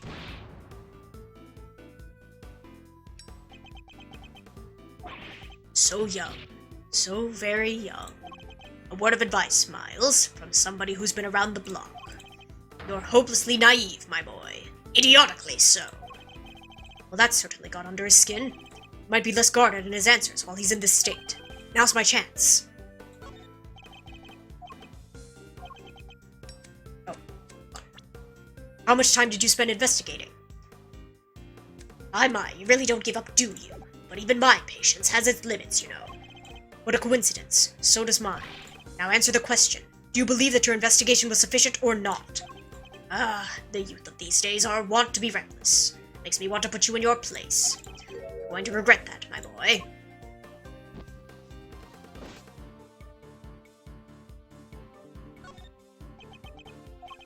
Well, maybe you do know your place after all. What's the matter? Scared? Hardly. I was just thinking about how best to proceed. Getting answers from the elderly requires sensitivity. They can get quite emotional after all. No common sense whatsoever, do you? Don't you understand? Your fate rests in my hands.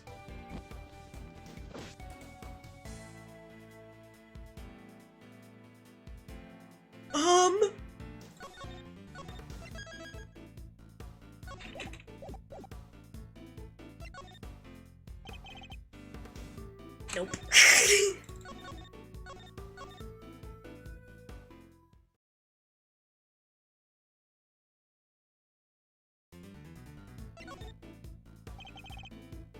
It's bide my time again?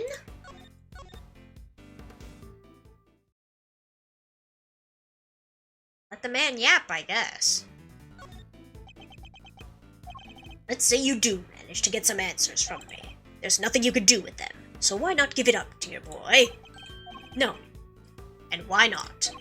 It's simple, because I'm not about to let the truth escape me. Interesting. I think I'm beginning to see what makes you tick. But what you're doing is pointless. Tragically.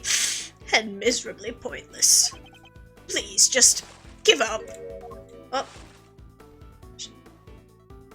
The decision has been made. Let's see. She's guilty. The decision has been made. Once again, your choice of words intrigues me. It's almost as if Kay's guilt had already been determined from before her arrest. What are you trying to imply? Yes.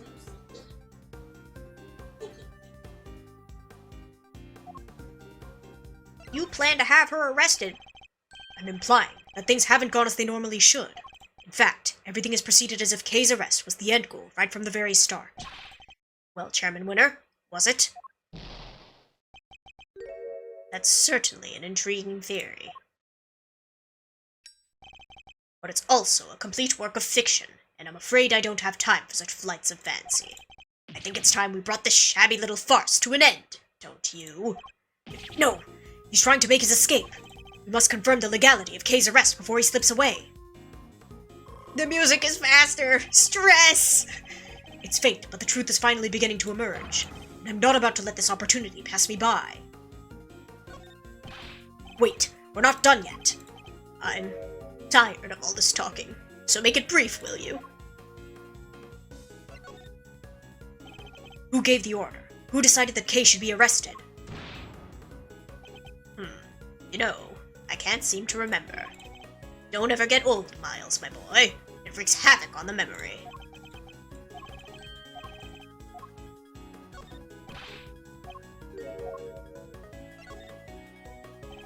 Based on everything I've heard from you so far, it's clear that Kay's arrest is entirely unfounded. Yes, I think we're all familiar with this particular refrain of yours by now. But I'm afraid it doesn't matter either way. You don't have what it takes to secure her release anyhow. How dare you take this so lightly as a man of the law? My, aren't you a rude little boy? My fuse is only so long. Honestly speaking, I don't have the time to waste on every last question you can dream up. I have certain responsibilities to attend to, you know? I really am quite the busy man. Or are you just pretending to be busy? That's an awful thing to say to a fragile old man. I work harder than I should at my age. I ask you, my boy, what could I even hope to accomplish by putting up such a pretense? You obviously don't want to talk about the case anymore. That's why you're so keen to get out of this conversation, isn't it? It's just so tragic. It really is. That you would suspect me of such things. It's not a suspicion, it's a certainty. There were no clear grounds on which to base Kay's arrest for a start. Now, my boy, let's not get carried away. There was plenty of evidence to support our case. The mask, the letter, the corsage. These were all in her possession. And of course, her confession. More than enough to prove her guilt, I'd say. But those are...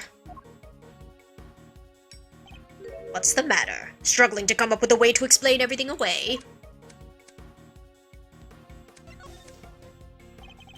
Oh, no! No! Do I have to restart?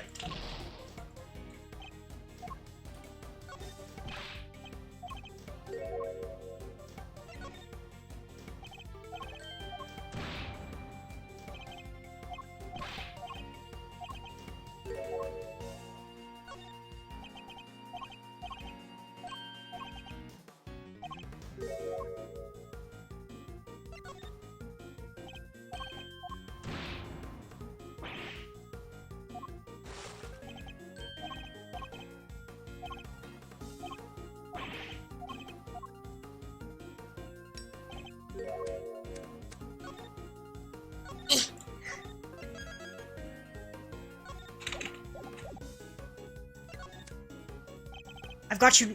Oh, no. Okay, bide my time. I love biding my time, apparently.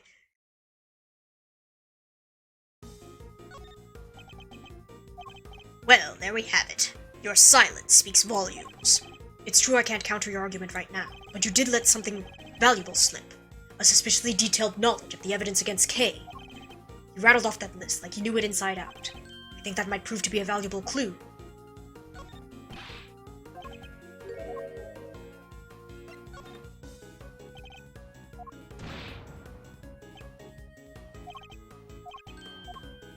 You remembered all the evidence pretty well.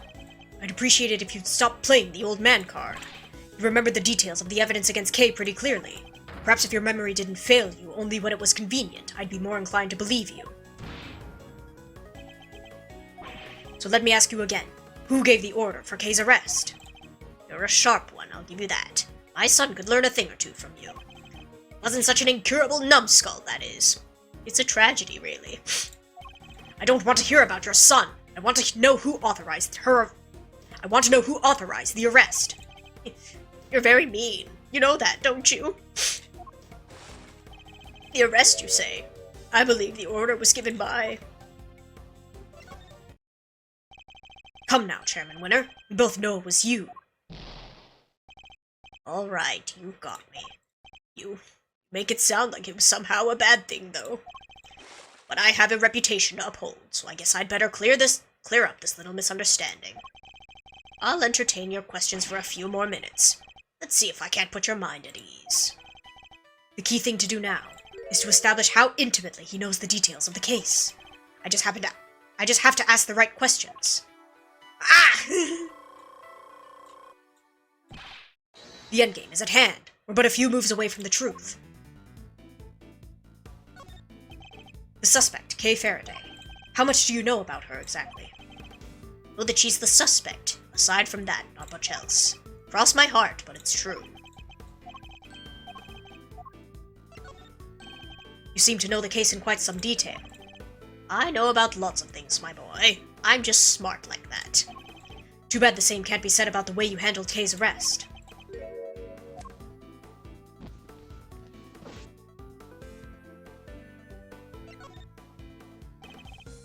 No! Darn.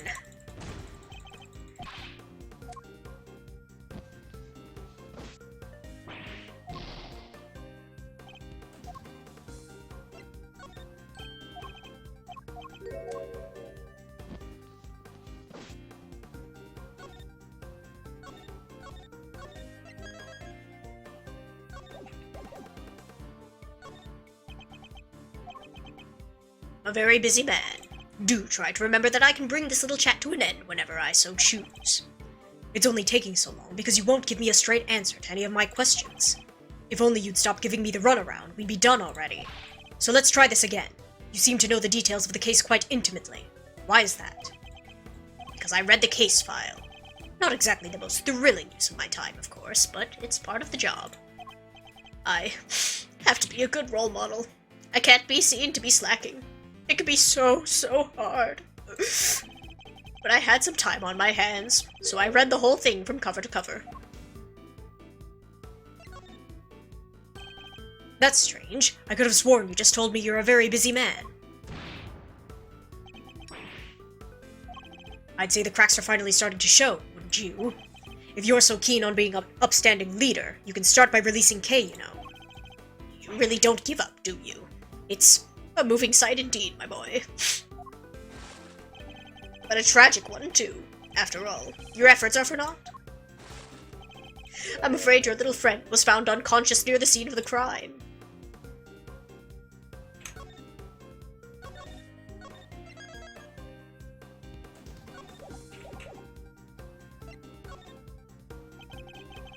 We have yet to hear much about the circumstances under which Kay was found.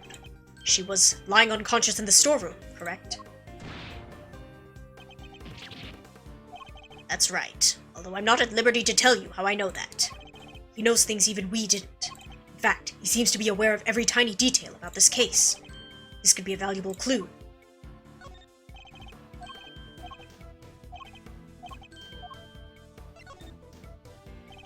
Sorry, but the more you tell me, the less sense your story makes. For one thing, you know details that even those investigating the scene were not aware of. Why is that? Just how much do you really know, Chairman Winner? Oh, there's that intimidating face you like to make again. Well, two can play at that game.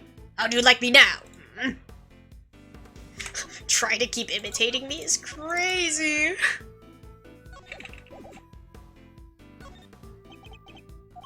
I do have to commend you on your doggedness. It really is something. I'll take that as a compliment. Take it however you like. Wrap this up, will you? I just don't have the stamina anymore. She's the culprit, the only possible suspect. Just accept that already. How much more evidence did you want us to load her down with, for goodness sake? Load her down with? Load her down with. Yet another interesting turn of phrase. One that makes it sound a lot like the items Kay was carrying might have been foisted upon her. Impressive. Really do pay attention, don't you? It's no wonder they used to call you a prodigy, Mr. Ex-Prosecutor. I think you know the answer to your own question by now. Why don't you go ahead and say it? I want to hear it from you. It's finally time to shed light on the truth. All that's left is to play one last move. Kay is innocent. No, my boy. That's just clumsy. Anyone can blurt out a baseless assertion like that. Even a disgraced superstar prosecutor. Kay was framed. The true culprit set it all up so she would take the fall instead. That is my answer, and I won't let you deny it any longer.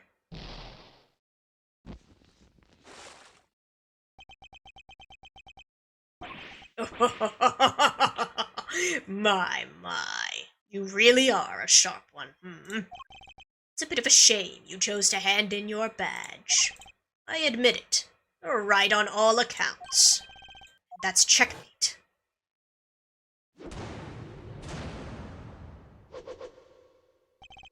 You knew Kay wasn't the real murderer, and yet you still had her arrested. What's worse, you thought you could get away with it. Well, you won't. Not if I can help it.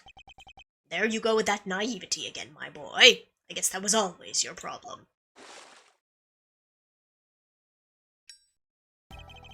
A girl arrested and a conviction secured. This whole mess goes away. That's what will happen. But whose interest does a conclusion like that serve? The committee's, I suppose. And mine. You know, listening to you just now, well, it really got the tears flowing, I have to say. It was poignant and heartfelt and sincere, and utterly infuriating. Look, I'm not perfect, I know that, but your lack of sophistication in these matters is beyond the pale. You insist that the truth is more important than anything else. But would you say the same if you knew what the real value of the truth is? What are you trying to say? You get to my level, you don't uncover the truth. You make it, little by little. Hey, Faraday, murderer. That's the truth. The truth I created. Grr. Yes, my boy. That's what I like to see. You're so sincere sometimes, it's painful. And it makes me want to put you in your place. Knowing the real truth will get you nowhere. Because that's how much it's worth. Nothing. Shocking, I know. That's a crazy statement. Your bro is exposing himself and he doesn't care. But why not go after the real killer? How much do you even know about what really happened? You're still not getting it. That's your truth. And it is worthless. Mine is all that matters. You understand what I'm saying, don't you, Mr. Ex-Prosecutor? I have all the power here. Curse you! Well, aren't you menacing? You and your little friend are just as bad as each other. Violent criminals who deserve to be locked up. You'll pay for this. And with that, yet another person disappears from my life.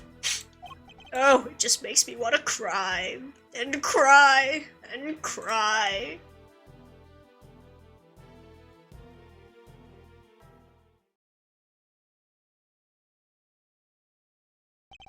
I'm not planning to disappear just yet, Chairman Winner. There's still the hearing later today. Just you wait. One way or another, I'll prove Kay's innocence to the world then.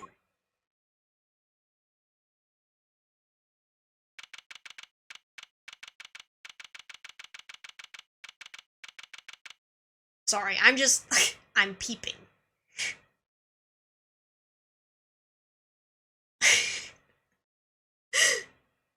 I guess the empty chair is where Rosie Ringer was supposed to be.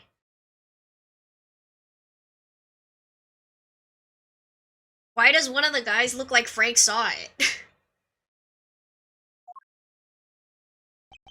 10 members, over a majority, are present. I hereby call this meeting to order. We are gathered here today to assess the professional competency of Prosecutor Miles Edgeworth. Right? One of them looks like Frank! Here, in the sight of the goddess, we do solemnly swear to pass fair and frank judgment. Frank. Fair and frank. Don't make me laugh. Verity, if you would be so kind as to summarize the case against Mr. Edgeworth. On April 5th, despite having been advised of the illegality of an investigation he was conducting, the accused refused to desist and eventually had to be detained by myself and Chairman Winner. His actions compromised the investigation into the murder of a certain defense attorney, and despite having been presented with copious evidence of her guilt, he continues to insist that the suspect, 1K Faraday, is innocent of all charges. Perhaps you could explain the details of the murder to us as well. Of course. On the morning of the 5th, the body of the victim was found here in the committee chamber. Further explanation will be provided by... Me, Eustace Winner, Premier Prosecutor. The floor is yours, Mr. Winner. The murder itself happened late on the night of the 4th. The victim was Miss Rosie Ringer. That same night, an illicit auction was being held here in this very room. Ringer took part in that auction. I think. Yeah. Meaning that the murder took place sometime during the auction. When she was found, Ringer was dressed in an outfit that matched the description of the auctioneers. However, due to the fact that the auction carried on after the murder had occurred, I deduced that Ringer was not, in fact, the auctioneer. You deduced nothing of the sort. And what about the basis on which the suspect was detained, Mr. Winner? Yeah, I got this. So Faraday was overcome by... Crushing remorse, Eustace. Yeah, that. Tons of crushing remorse. So she confessed. According to her confession, she was on the roof of this building when she encountered a person in a red raincoat on the viewing platform. And that person was Miss Ringer, I take it. Precisely, Mr. Chairman. The killer dressed the victim in the auctioneer's outfit after the fact. But at the time when she was killed, Miss Ringer was wearing a red raincoat. And who won the race to find that raincoat nearby? Me! That's who! Did you? I thought it was somebody from forensics. Strictly speaking, it was found by one of the forensic investigators under Mr. Winter's command. I knew it! The blood analysis on the coat showed that it was indeed Miss Ringer who had worn it. And the suspect's confession was the final nail in the coffin. She confirmed to having committed the murder. So as you can see, Kay Faraday was the killer. There's no way anybody else could have done it. All right, Miles. I expect you have some objections. Let's get them out of the way, shall we? I have no objections, Chairman Winter. Well now. Well now, is that so? I thought it would have taken more than a single night in detention to break you. No objections in the matter of my unauthorized investigation, that is. But in the matter of Miss Faraday's supposed guilt, I have plenty.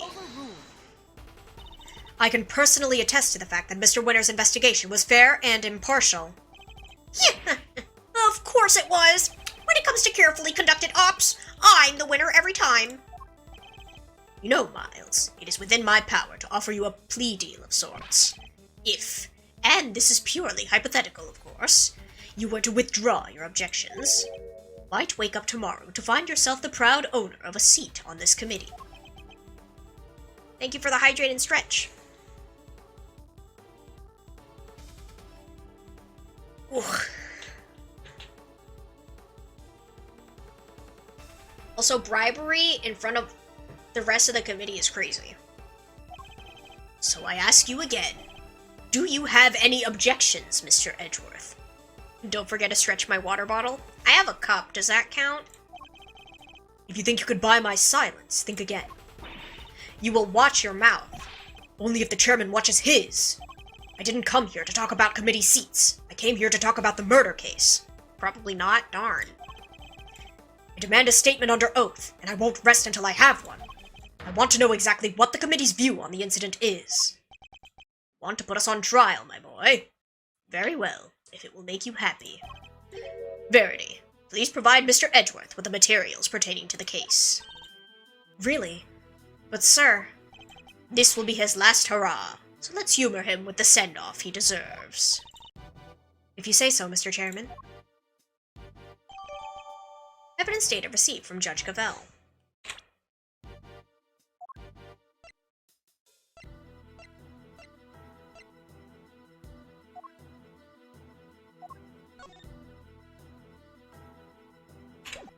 Okay, well...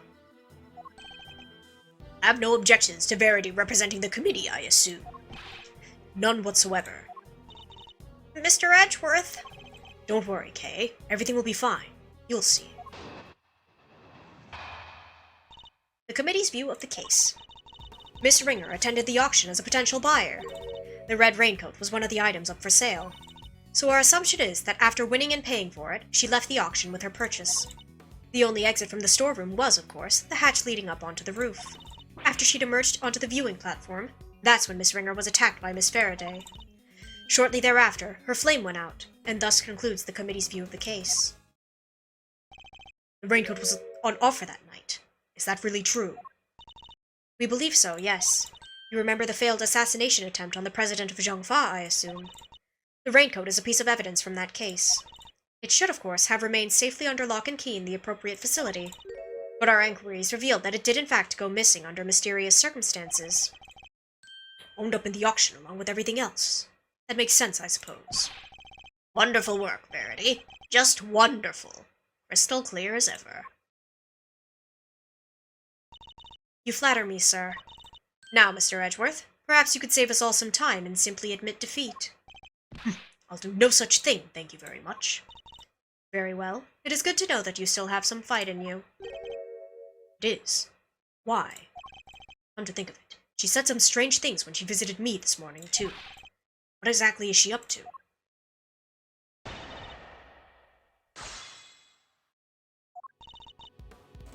Hold it! In other words, a member of the committee was actively involved in the illegal evidence trade. It is unfortunate. I don't know what else to say.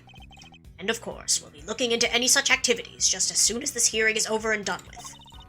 I commend your decision to pursue the matter further, Mr. Chairman. Oh, don't be silly, Verity. It's the least we can do, really. Not that it's any of your business, Miles. Not anymore. If only you had remained a prosecutor. But you didn't. Now, if we're quite done making an old man cry over this whole sad affair... Very well. Allow me to continue. Hold it! So the raincoat really was one of the auction lots. That's correct. I believe it originally belonged to a Mr. Shelley de Killer. Considering its status as a piece of evidence, it is the only logical conclusion. It's from when he made his attempt on the president's life. It's an unexplained mannequin standing amongst the other items on sale. Could well have been used to display the coat prior to the auction. Do we know how the items were being smuggled in? That is still under investigation, and is entirely unrelated to the matter at hand. Especially considering that you will soon officially be a prosecutor no longer, Mr. Edgeworth. Sounds like the outcome of this hearing is a foregone conclusion. No surprises there. My personal circumstances aren't important right now. Please, continue, Your Honor. As I was saying, the raincoat was one of the items up for sale. Hold it! Why did she leave so soon after making her purchase? Because of the auction house rules. Winning bidders are expected to pay for their items immediately. Miss Hart told us pretty much the same thing. Miss Ringer, having paid for the raincoat, probably left immediately afterwards in accordance with the rules. Hold it! Miss Ringer was a member of the committee. Could she not have left the committee chamber via the main door? While the auction was still underway, that would risk exposing its existence to those outside the trusted circle of attendees. Even that Miss Hart found out about it, I think its existence is already well and exposed. The rules of the auction stated that attendees were to enter and leave via the hatch in the roof. Miss Ringer had no reason not to follow those rules. And given where the murder took place, we know that she must have done so. Hold it! But why? What possible motive could Kay have had? That is exactly why we are hoping to establish in our upcoming interviews with Miss Faraday. Coercive interrogation after the fact, something you seem to specialize in. If the murderer knew that the attendees would all be leaving via the hatch, then the roof would have been the perfect place to lie in wait. So as I was saying, after she'd emerged onto the viewing platform, that is when Miss Ringer was attacked. Hold it! Her flame went out. The flame of her life, Mr. Edgeworth, though perhaps her flame was stolen from her is more apt. Objection! But the candelabrum that extinguished her life was one of the auction lots, meaning Kay had no way of getting a hold of it to begin with. Overruled! Miss Faraday could have lain in wait for the victim without knowing of the could not have lain in wait for the victim without knowing of the storeroom's existence. She could easily have snuck down the ladder and stolen it while the auction was underway. If only we knew where the candle holder was during the auction. Would surely clear the matter up, no? Well, either of you? Sadly, we don't have anything that could tell us much on that front at the moment. Forgive me, sir. This is something we are hoping to establish through further investigation. Well, isn't that a shame, Miles, my boy? It seems this line of inquiry is something of a dead end, then, isn't it? So their theories, the victim and her killer met on the roof, and that's where the murder took place. In other words, it assumes the viewing platform was the scene of the crime.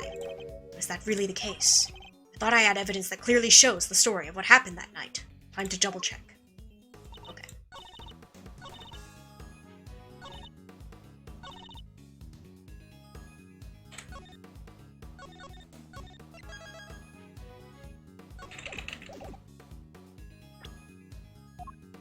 Bloodstain. Objection!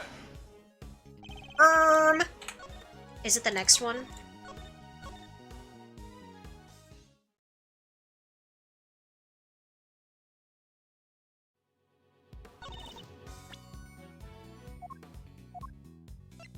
Objection!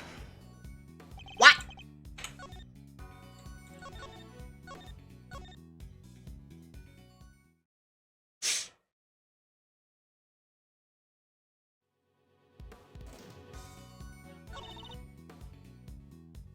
Hold it!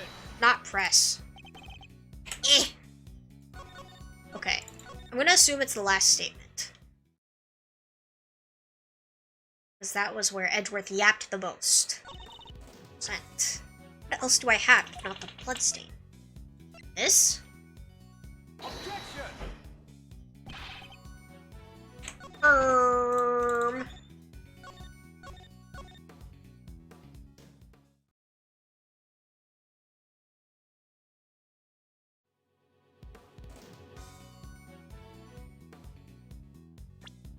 Let me see. What do I have? Head injury sustained post-mortem. I mean, she has a bloody hand here, but, like, they haven't mentioned anything about that. There's also blood in here. Fingerprints and blood were found on the hood. Is it not one of these? What?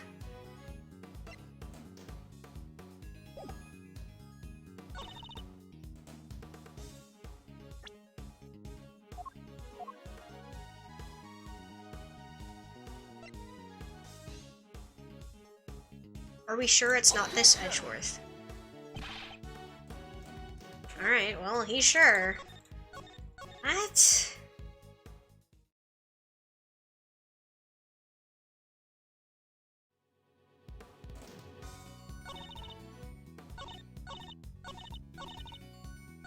Miss Ringer was attended the auction as a potential bow. Right. Red raincoat was one of the items up for sale. After winning and paying for it, she left the auction with her purchase. Okay. The only exit from the storeroom was, of course, the hatch leading up to the roof. After she emerged onto the viewing platform, that's when Miss Ringer was attacked by Miss Faraday. Shortly thereafter, her flame went out, and thus concludes. I feel like it has to be here. But, like, I submitted both bloodstains. Is it something else?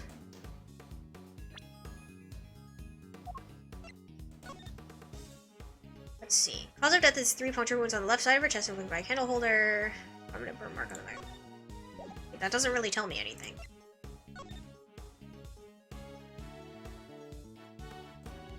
Auction continued even after the murder occurred.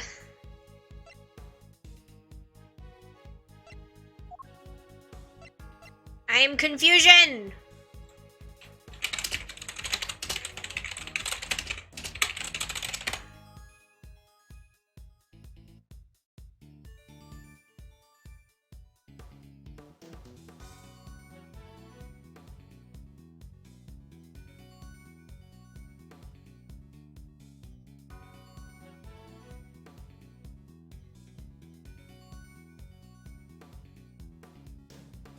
Oh, what?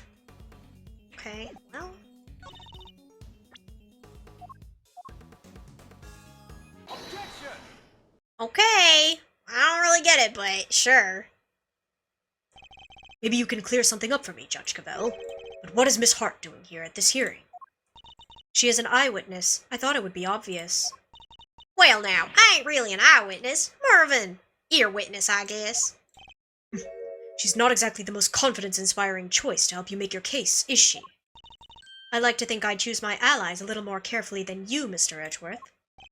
And you should question them more thoroughly, because there's something she hasn't told you. Take a look at this. It's a photo taken by Miss Hart. Yes, in the storeroom, correct? What of it? According to your theory, the murder occurred up on the roof. But according to Miss Hart's testimony, she happened to witness the entire incident unfold in the storeroom. Just before she took this picture. Wait! You're saying Cavell got it? Wrong. That's exactly what I'm saying. What? Miss Hart, if I may confirm your account for the events you witnessed that night, you saw the person in the picture, correct? I sure did, clear as day, and with my own 2 eyes to boot. And what were your impressions at that point? My impressions? This right here is the scoop of the century. Something like that.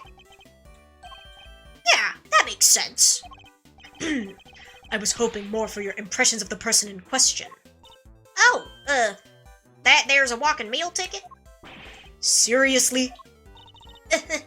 Just my little joke. No need to look at me like I done sat on your lunch. Old red raincoat, right? Why, I took one look and I thought, that's our perp right there. And therein lies the rub for Miss Hart to have thought such a thing means that the murder occurred. Oh, Mr. Edgeworth, when will you learn to use your words? If it's an explanation of the facts that you require, you need only ask, you know. What do you mean? I assume you're about to raise the issue of the voices Miss Hart heard? Voices that may be unrelated. Objection! Unrelated? You could do better than that. Was one of the voices Miss Hart heard really even Miss Ringer's? You're kidding me, right? Them folks was talking crime-related turkey or my name ain't Lotta Danged Hart. Ah, but did you hear them clearly? Well, can't rightly say for sure, but... Yeah, I can't rightly say nothing, you know it. They was using voice changers, I done told y'all that. Precisely. Miss Hart heard voices, but those voices were disguised. Which means we cannot even be certain that whatever she did over here had anything to do with the murder. Objection! Bloody hand. You don't need to yell objection in order to sigh at me, Mr. Edgeworth. It seems I overestimated you, Judge Cavell. Nonsense. Verity's the best of us, my boy. The very best. And yet she believes that what Miss Hart heard might not have anything to do with the murder. Even supposing that that is the case, it doesn't prove the murder didn't happen in the storeroom. The incident happened before the victim was able to go up to the roof. That much we can say for certain. And I can tell you why. This proves that the incident happened before the victim went up to the roof. Take that! We initially thought that the person in the red raincoat was the culprit. Yes, because Miss Hart said as much. Indeed, she told us about the blood she saw on this person's hand. And I doubt many people would have thought differently given her testimony. Ergo, if this person is the killer, then the blood we see would be from when they attacked the victim. But knowing what we know now, that this person is in fact the victim, it recontextualizes everything. The presence of the blood still shows that the picture was taken after the attack. But now, it tells us something very important about the victim too. This picture tells us that the victim survived the attack. There's no doubt in my mind that the victim was attacked in the storeroom, but here we have the photographic evidence of her standing upright and alive, albeit with a bloody hand. This can only mean that Miss Ringer survived the attack. The blood on her hand is far from the wounds she had The blood on her hand is from the wounds she had sustained. What are you talking about? Who dies from a hand wound? The wound wasn't on her hand, Mr. Winner. I imagine she used her hand to try and staunch the wound. That's right. While it's impossible to tell from this angle, the victim was already mortally wounded here. Oh. That certainly would change things, wouldn't it? It very much would, not least by making it absurd to suggest that Kay was the attacker. Her encounter with the victim happened after this picture had been taken, after the victim had already been attacked and was in critical condition. I put it to you that all Kay witnessed was the victim finally succumbing to her wounds. That would have been quite the coincidence. It's a textbook case of wrong place, wrong time, I'd say. You seem to be forgetting a rather important fact, Mr. Edgeworth. Well, that or pretending not to remember it. What? What fact am I forgetting? I think it's time to wrap things up, don't you, Verity? Let the boy out of his misery. Dad, Cavell works for me! Why do you keep giving her orders? That's my job! Really are. A total and utter embarrassment.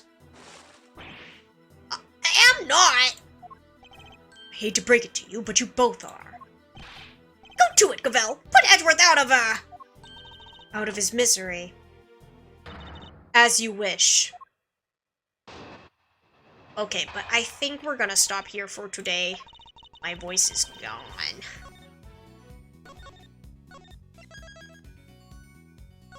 Let me see if there's anybody we can raid to.